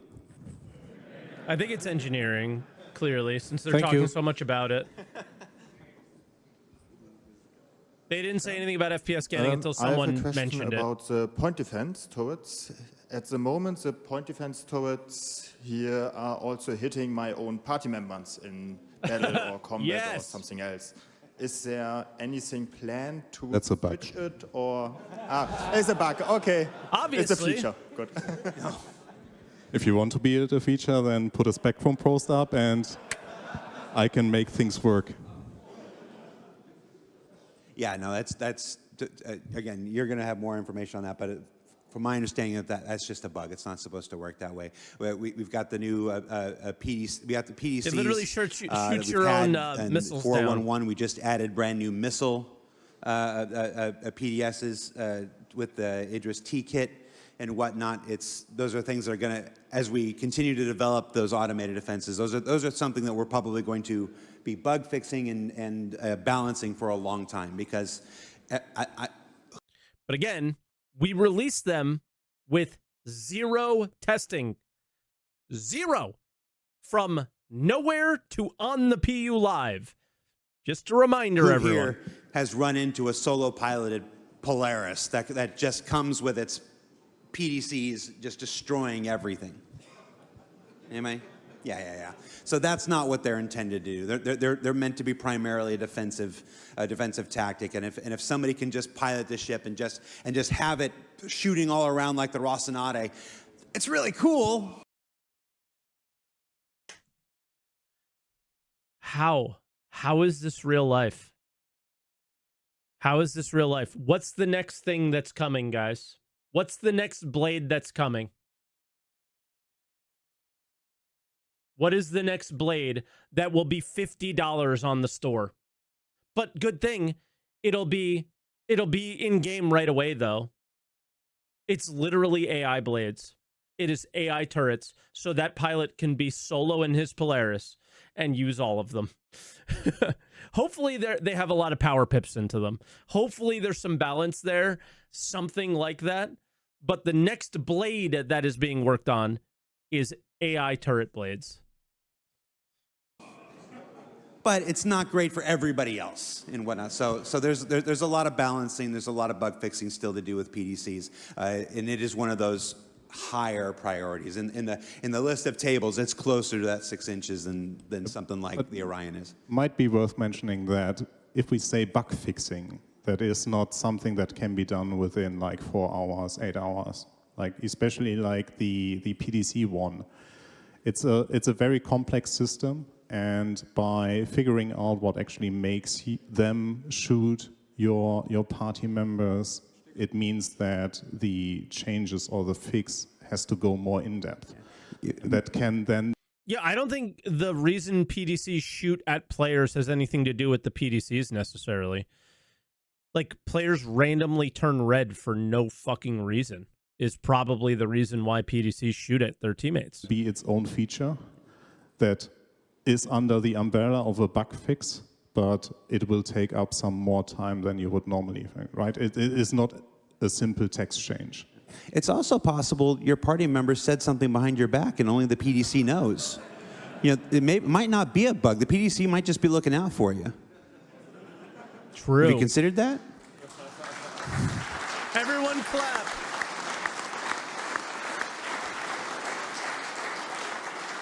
Chris, I hope to God you stopped watching. Everyone clap. Well, this one was crawling from the back to me here. Hi. I had a question about what is with ship armor? Yes! Say, what is ship armor? Yeah, more like what is the state of it, or because at the moment we Dude, German Asmongold coming in with the question we all want to hear. Let's fucking go. shields. Yeah, so ship armor will be the big thing that will be introduced with the first releasable of the engineering gameplay. So, but. Wait. Its Let's own hear that again. feature that is under the umbrella of a bug fix, but it will take up some more Oh time shit, than I went wave. Well, So ship armor will be There we the go.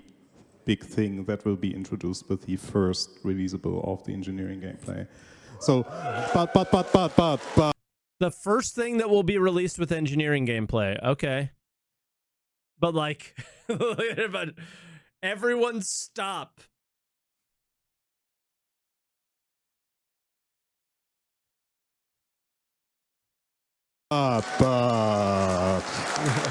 No, he said it. You can't take it back. You can't take it back. You said it. But.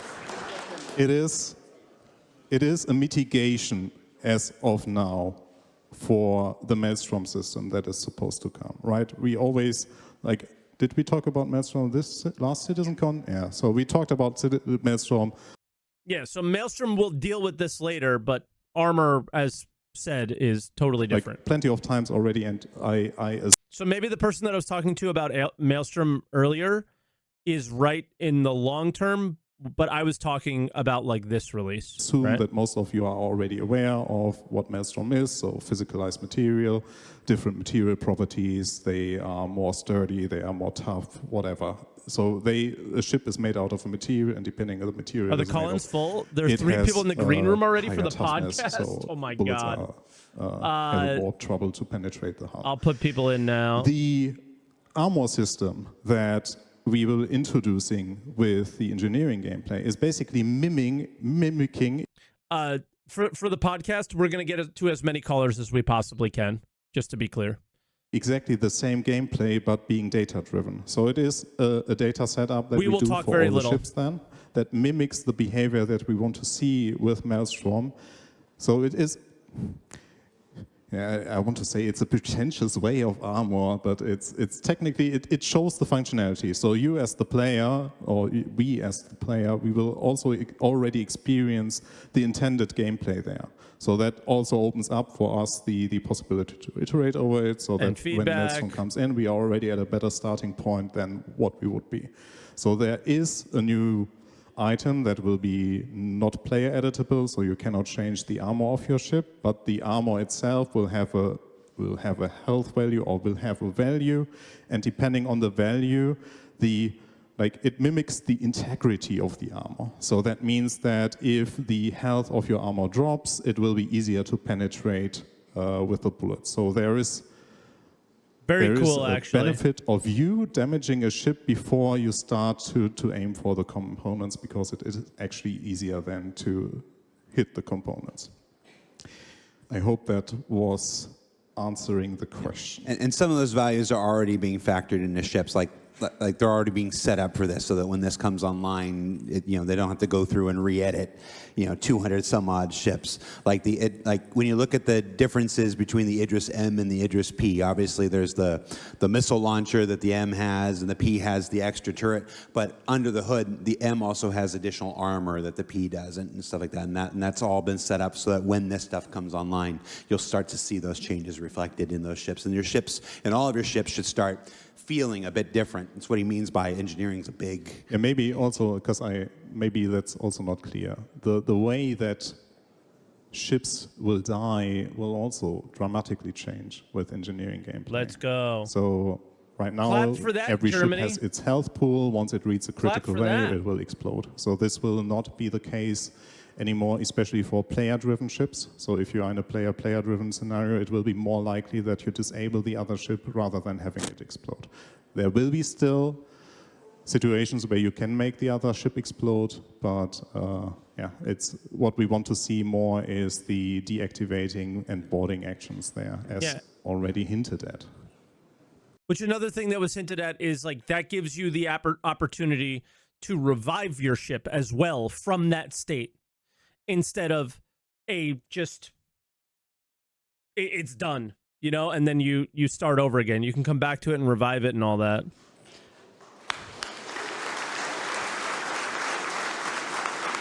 A guy named Germinator in chat, which is an awesome name for a German, says, "We clap after the person stops speaking."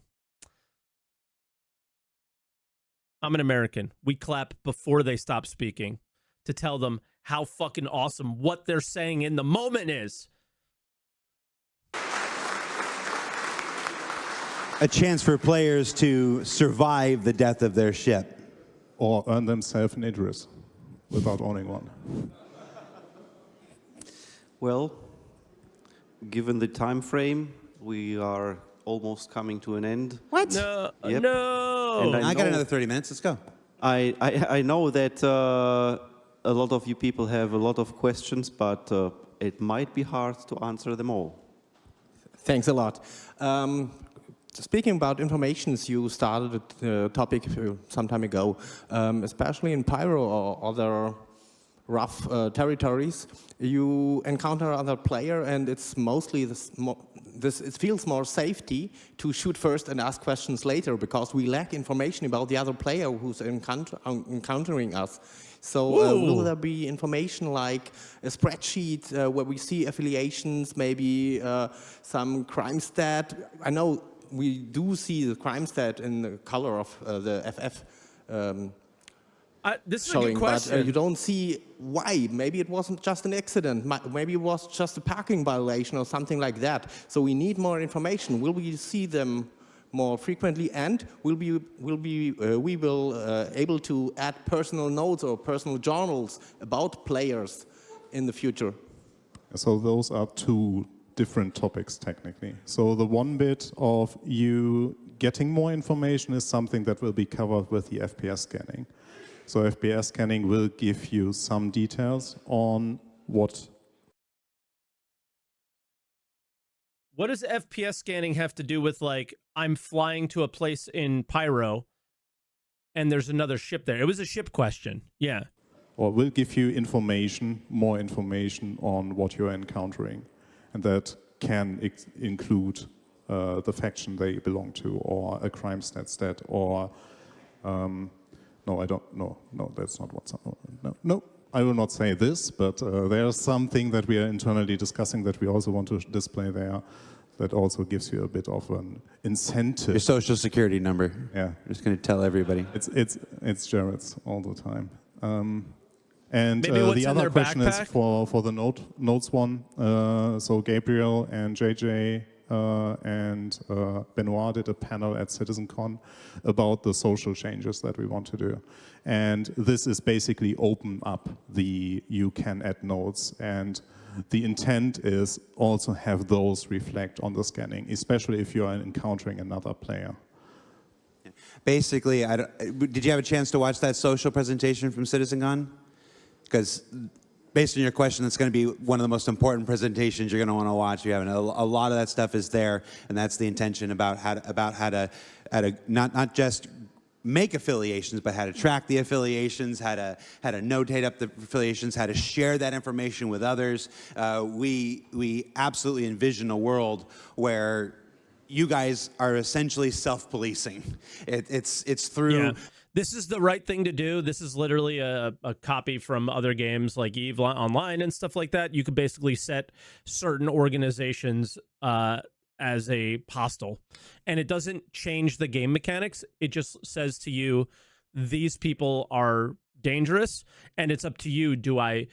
Are those people I shoot first and ask questions later, or are those people I run from first, or so on and so forth? So yeah, it's a thing that you and your org might do and set certain people or organizations to. Through your own ability to assign reputation to people and track reputation and communicate that to the other members of your orgs and whatnot, to set everybody in this. How does that work with redacted members? I mean, dude, it doesn't exist. I'm just saying that what they showed looked very similar to those mechanics of like, I just set a certain thing to a certain color, and it's a choice that I make. So, yeah. This org is a close friend. Everybody in this org is a sort of kind of friend. Everybody in this org is Dust Cartel, and it's like, whatever.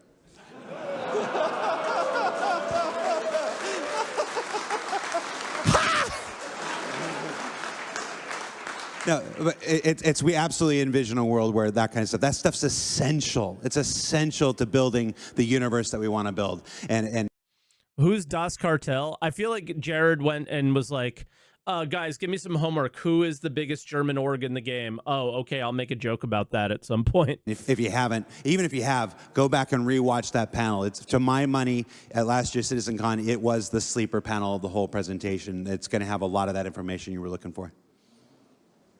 Yeah, I fell asleep during it. No, just kidding. It's just not from Das Cartel. Ah. So I have a question about vehicle ammunition reloading. How is the state of it, and when can we expect it? No when.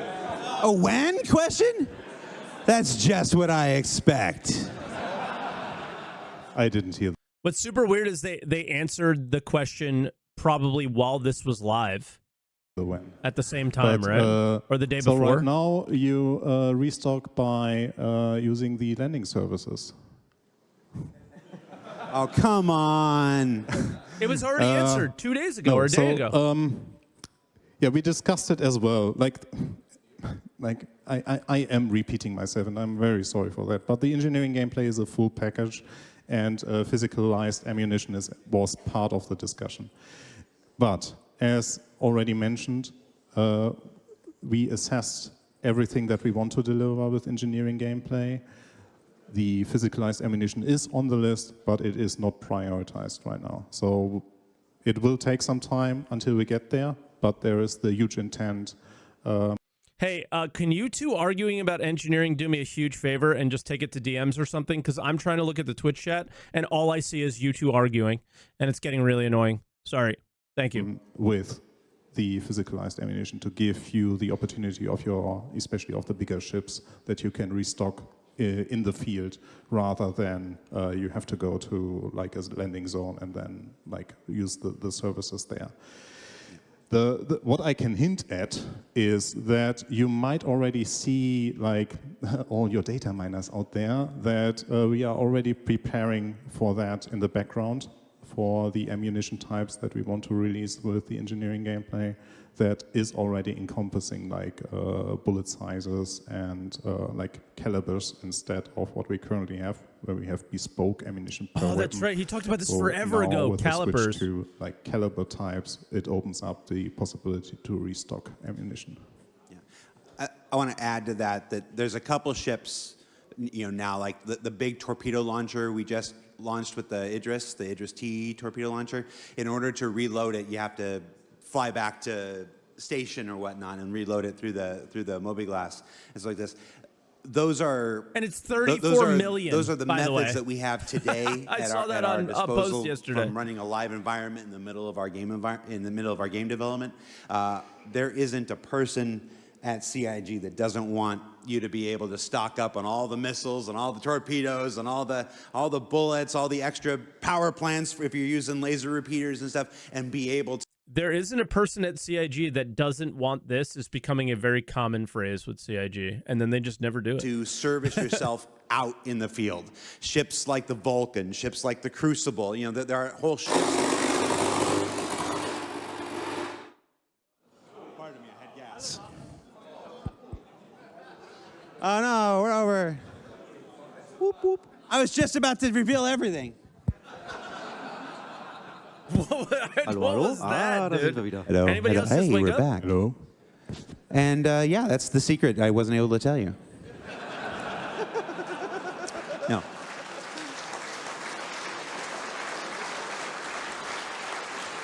No. But being able to fully service your vehicle out in the field without having to go home for every silly little thing is something that every single person at CIG wants. So whether that won't be today and it won't be tomorrow, but if there's one of those things I feel confident in saying that this is a major desire on behalf of the ship team, the gameplay teams, the design team. This is so weird because just a couple hours ago, I just got done clipping up the SCL from the Chinese Bar Citizen, and you have John Crew literally explaining this mechanic and exactly how they want it to work with Jared. And now they're not talking about it. This is the thing about CIG and like there's just too much going. Like did they just forget that happened because it was a couple weeks ago for Jared? Would be my guess. Like that was one of the things that I clipped out. Is in small ships you have to go out and add it to the guns on the outside, and larger ships that have interiors they want to put them in the cargo holds, so you place them in and it automatically gets dispersed to the weapons in the ship. Just so people know. I guess this is the value of doing a React video is you can actually add the context to the weird shit that's going on in the video. Everybody, that's where we What want to the go. You see a hell, bit of man? that with the Polaris and that whole crazy torpedo reloading stuff. It might not be that involved every time, but we Hold on, it literally might be. Yeah, I literally have it here if you want to see it. I don't know if you're going to be able to hear it. I think it's this. So let me make sure so you can hear it. But the counter of that is we want to make dropships. No. Right now, but it comes down. It's this one. Yes, that is something we definitely want to do. Chris mentioned this to me again. Here.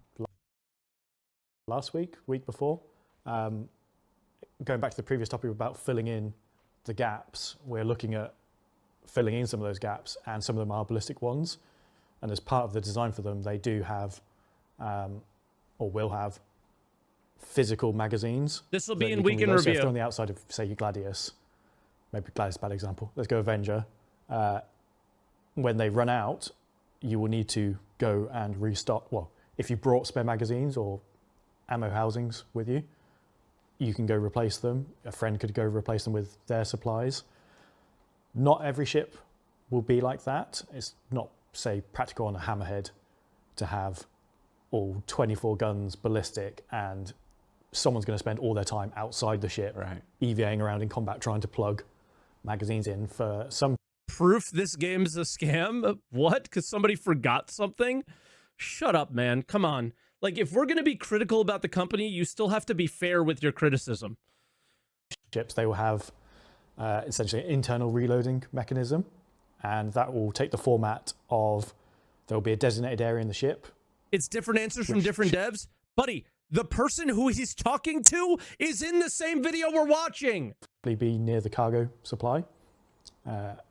And it's similar to how base building will work in that you'll be taking your resources, in this case, boxes of ammo, feeding it into the machine, which then will put it into the ship's internal storage, and then the ship itself will resupply to the weapons that need it. So rather than you having to manage 24 individual magazines, someone will just be feeding the crates of ammo in as needed. Oh, that Jared has a mustache. That must be the problem. That Jared has a mustache. My bad. This one doesn't. We desperately want to get to this point where you can go out in your ship and be out in your ship for days. You know, hopefully, if the servers stay up weeks and stuff without having to come home. If you prepare correctly and you have your Battlestar Galactica fleet with your tender ships and your refueling ships and your rearming ships, you should be able to leave your landing zone and not come back for days and days and days, and that's where I know we want to get to. I just can't say when. But.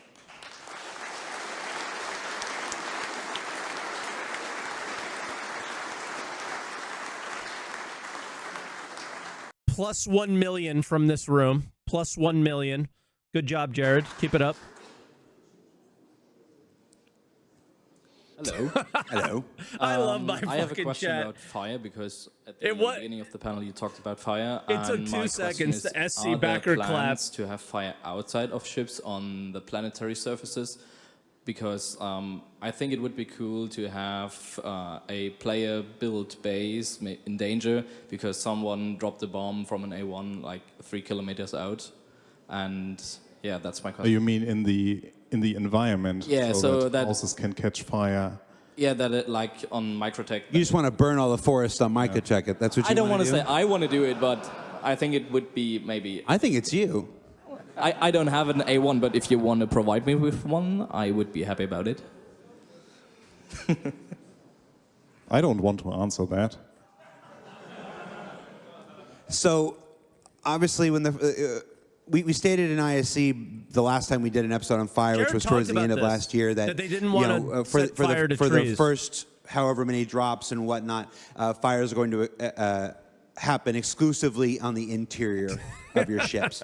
When you start getting to the exterior, it's not just a question of fire; it's a question.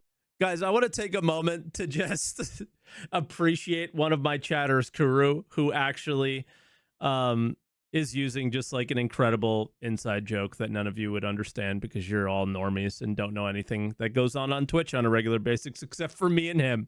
But I really appreciate the joke. Enjoy being out of the loop. Let's just use the forest of Microtech. It's the destruction of trees. If you asked any one of us, how cool would it be to take your C1 and go low flying and just barrel through a bunch of trees and have all those trees explode into timbers and have that path through? Slicker was a pretty big thing. Yeah, that would be so cool. But he's the only one that used the emote. In a single player game, that would be. It wouldn't be a trivial or an easy thing, but it would be an absolutely manageable and achievable thing. In a multiplayer... Slicker's a rat? Come on, man. Yeah, that's why you keep the joke alive, so you never forget that somebody did something that horrible. Universe, especially when you're trying to build up, we're up to 600 players now, you're trying to get beyond that and stuff like this. All of those physics events have to be duplicated and sent out to everybody else. The fire has to be sent to all those people because you absolutely know that if we put it in tomorrow, all 600 people on a server would gather in one space and say, "Come on, C2," and watch it go. And they'll watch it like this. So there's all kinds of technical implications to that. It's not to say that we don't want to. What is this? This is Con42, a Star Citizen fan convention that they get developers to actually talk about gameplay that Jared himself can't get on his own show. So it's basically like a giant bar citizen. It happened yesterday, and there's a lot of information being shared about a tech preview with engineering coming soon and all sorts of other things. So I am, I guess, signal posting this.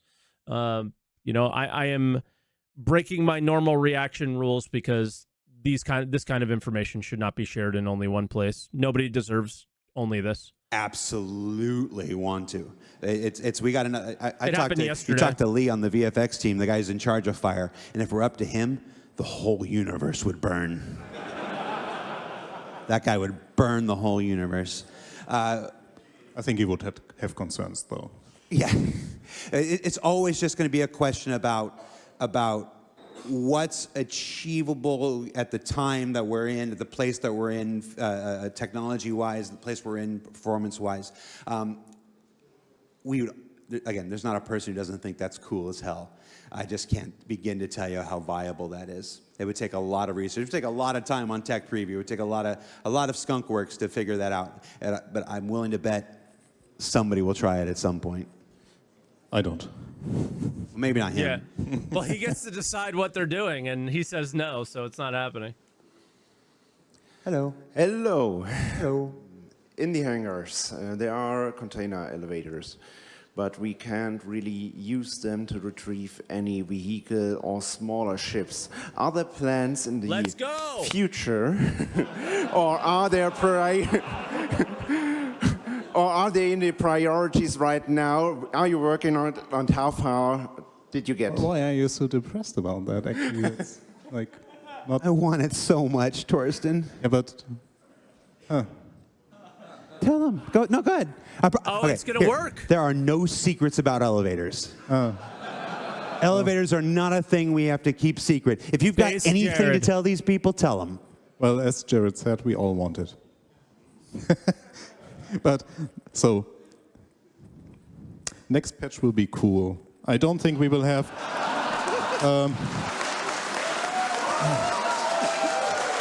but...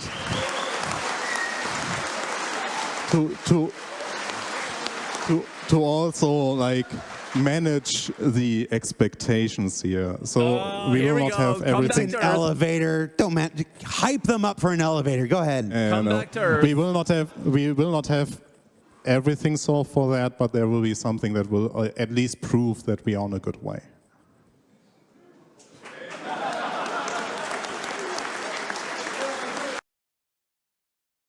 What the fuck does that mean?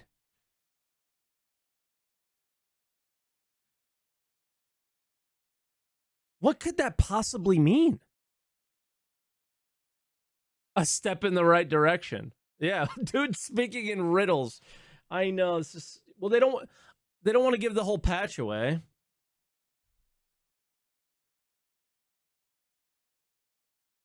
Maybe he's covering it. I mean, he's definitely covering it. But I'm just thinking is it just like,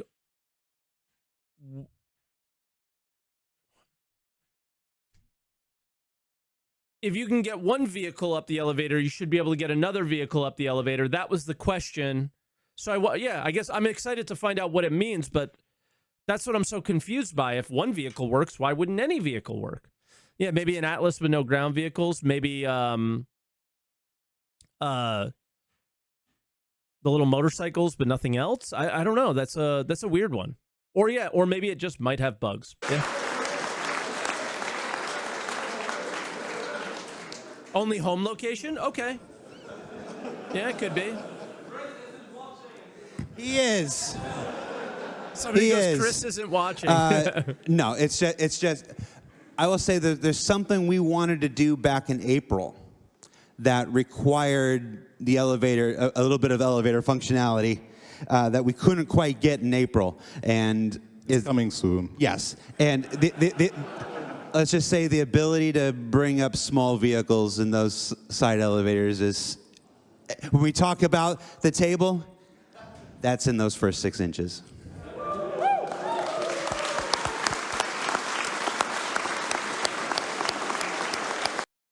Unfortunately, they're still fucking useless, so who cares? I want it so bad. And the first thing it's going to deliver is so cool. It's a PTV. Oh, okay. That's pretty fucked what's going on right now. The Wicklow Atlas is the first thing that it's going to deliver. There you go. That gives that away entirely. Yeah. That's kind of fucked. Yeah. But that wasn't a PTV. No, that wasn't a PTV. Any What buyers? was it? That was a big machine that goes.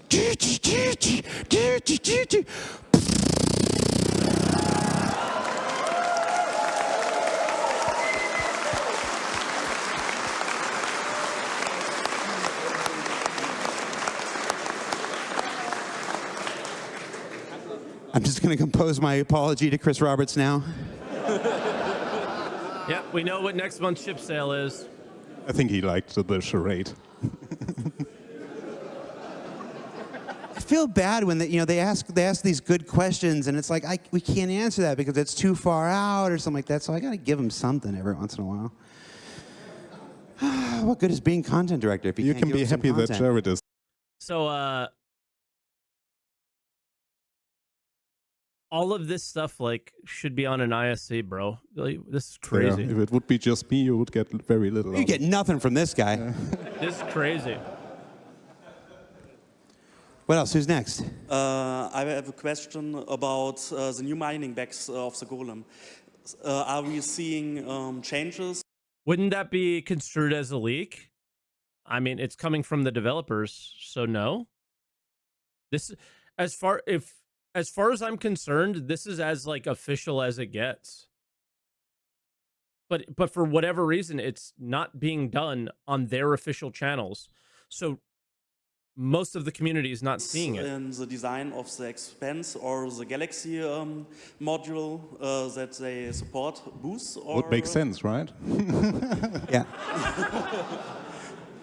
Okay, so I'm glad you asked that because that's one of those questions that's so far out that we don't have an answer for. That goes back to the other question. That's not something that's going to happen in the next 6, 9, 12 months.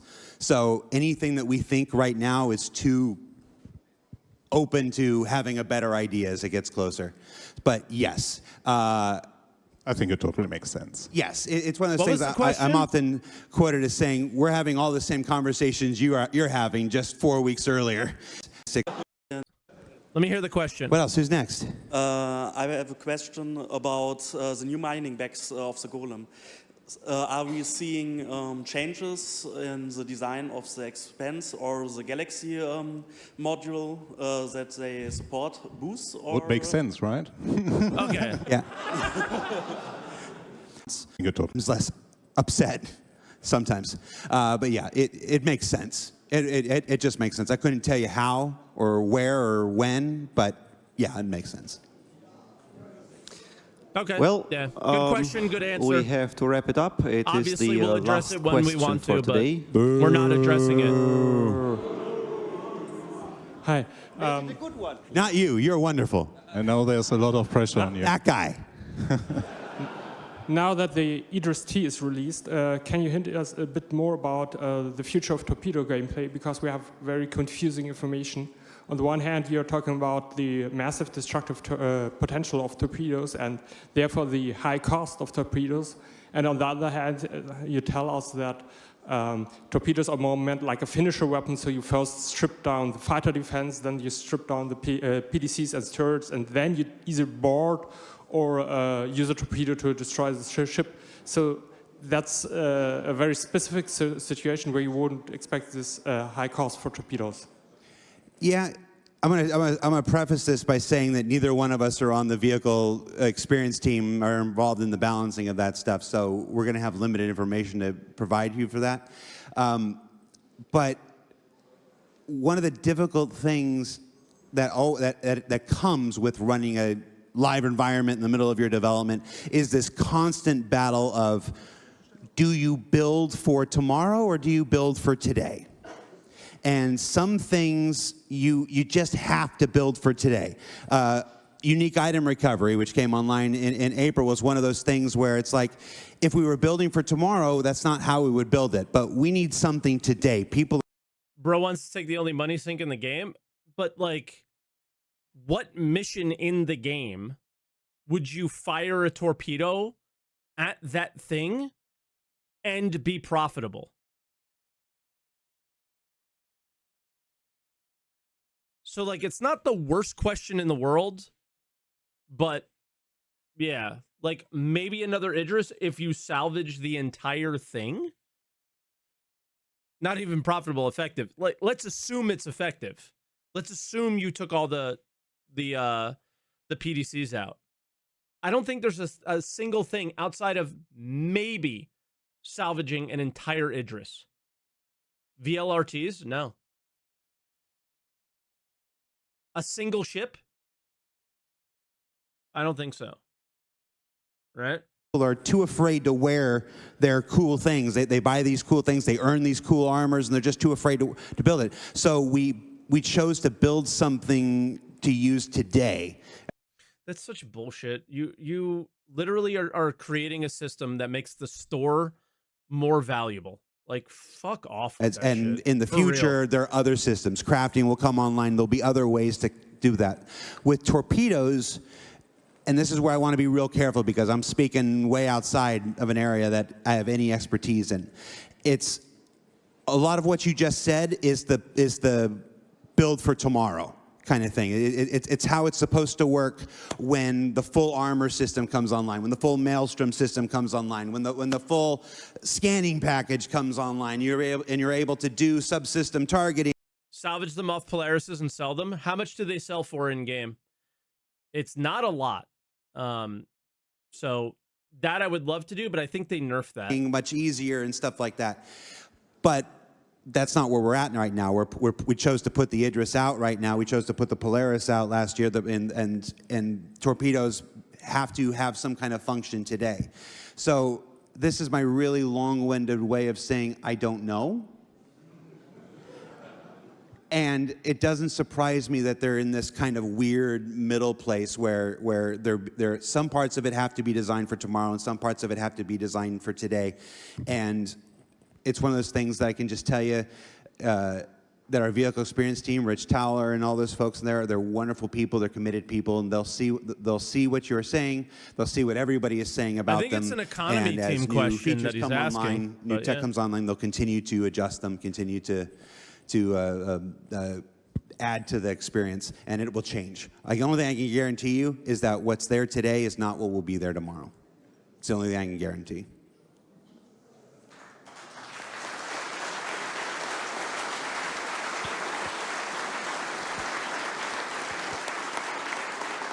What's with the clapping for Because a it'll get better.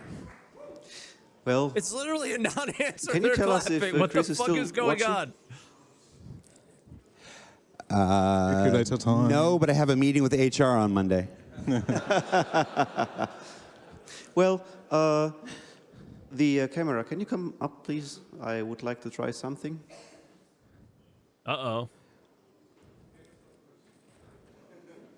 Well swerved, clap, yeah. No answer, clap. Mikro, kannst du mich mal kurz... Ich muss mal kurz, danke. I don't know what's happening.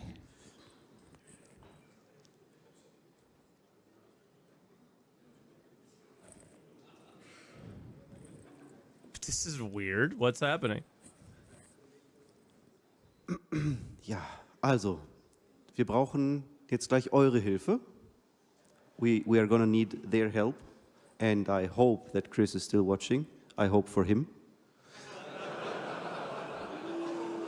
Because it will be kind of cool, I hope. Nothing will happen to you. You can sit back. So I guess you will get what will happen next. You see that the camera is right now turned down and nothing is to see. And I think we all want to see maybe in the future, if there is next Con42, would like to have a specific person here. Everybody knows who I'm talking about, right? Hey, ASN.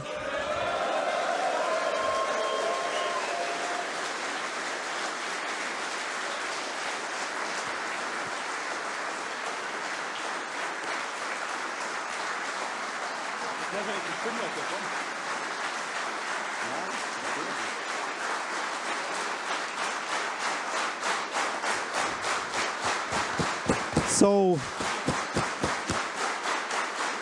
let's maybe get a message out to Chris Roberts. We might be a few people right now, but these few people will become many, many more, and we would like to invite you to maybe if it happens the next Con42.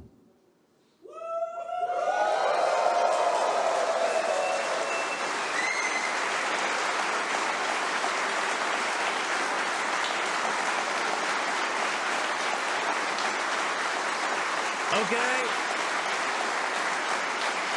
Is this it? And, well, answered them masterly. So Some of them. Well, what you could. Thank you. You're welcome. We are very happy. All right. I think that's where we leave it then.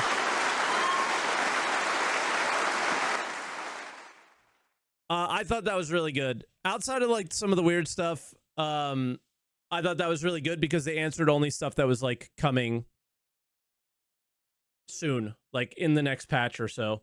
So yeah, that was Con42. Again, I'm going to put this everywhere I can just because this is information that everybody deserves and they don't get it unless they are on, seeing a Twitch channel and things like that. And it's weird. It's weird to share information with only a small section of the community and not the entire community. So I think everybody should be sharing this information on Reddit, on Twitter, on Spectrum, everywhere, and in their communities. And I'll share it with my community. And I think that's just the right thing to do.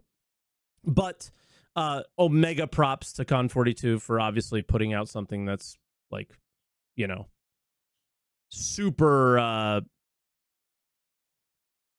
Like insanely well done, like to the level of what professional people would do. So here's the link to the Twitch chat or to the Twitch VOD, which is what I watched. I'm not even sure if it's on YouTube or anything anywhere at the moment. This is the only information that I have. It has a total of 6,000 views or 7,000 views basically. So just the amount of people that have seen this is so low. That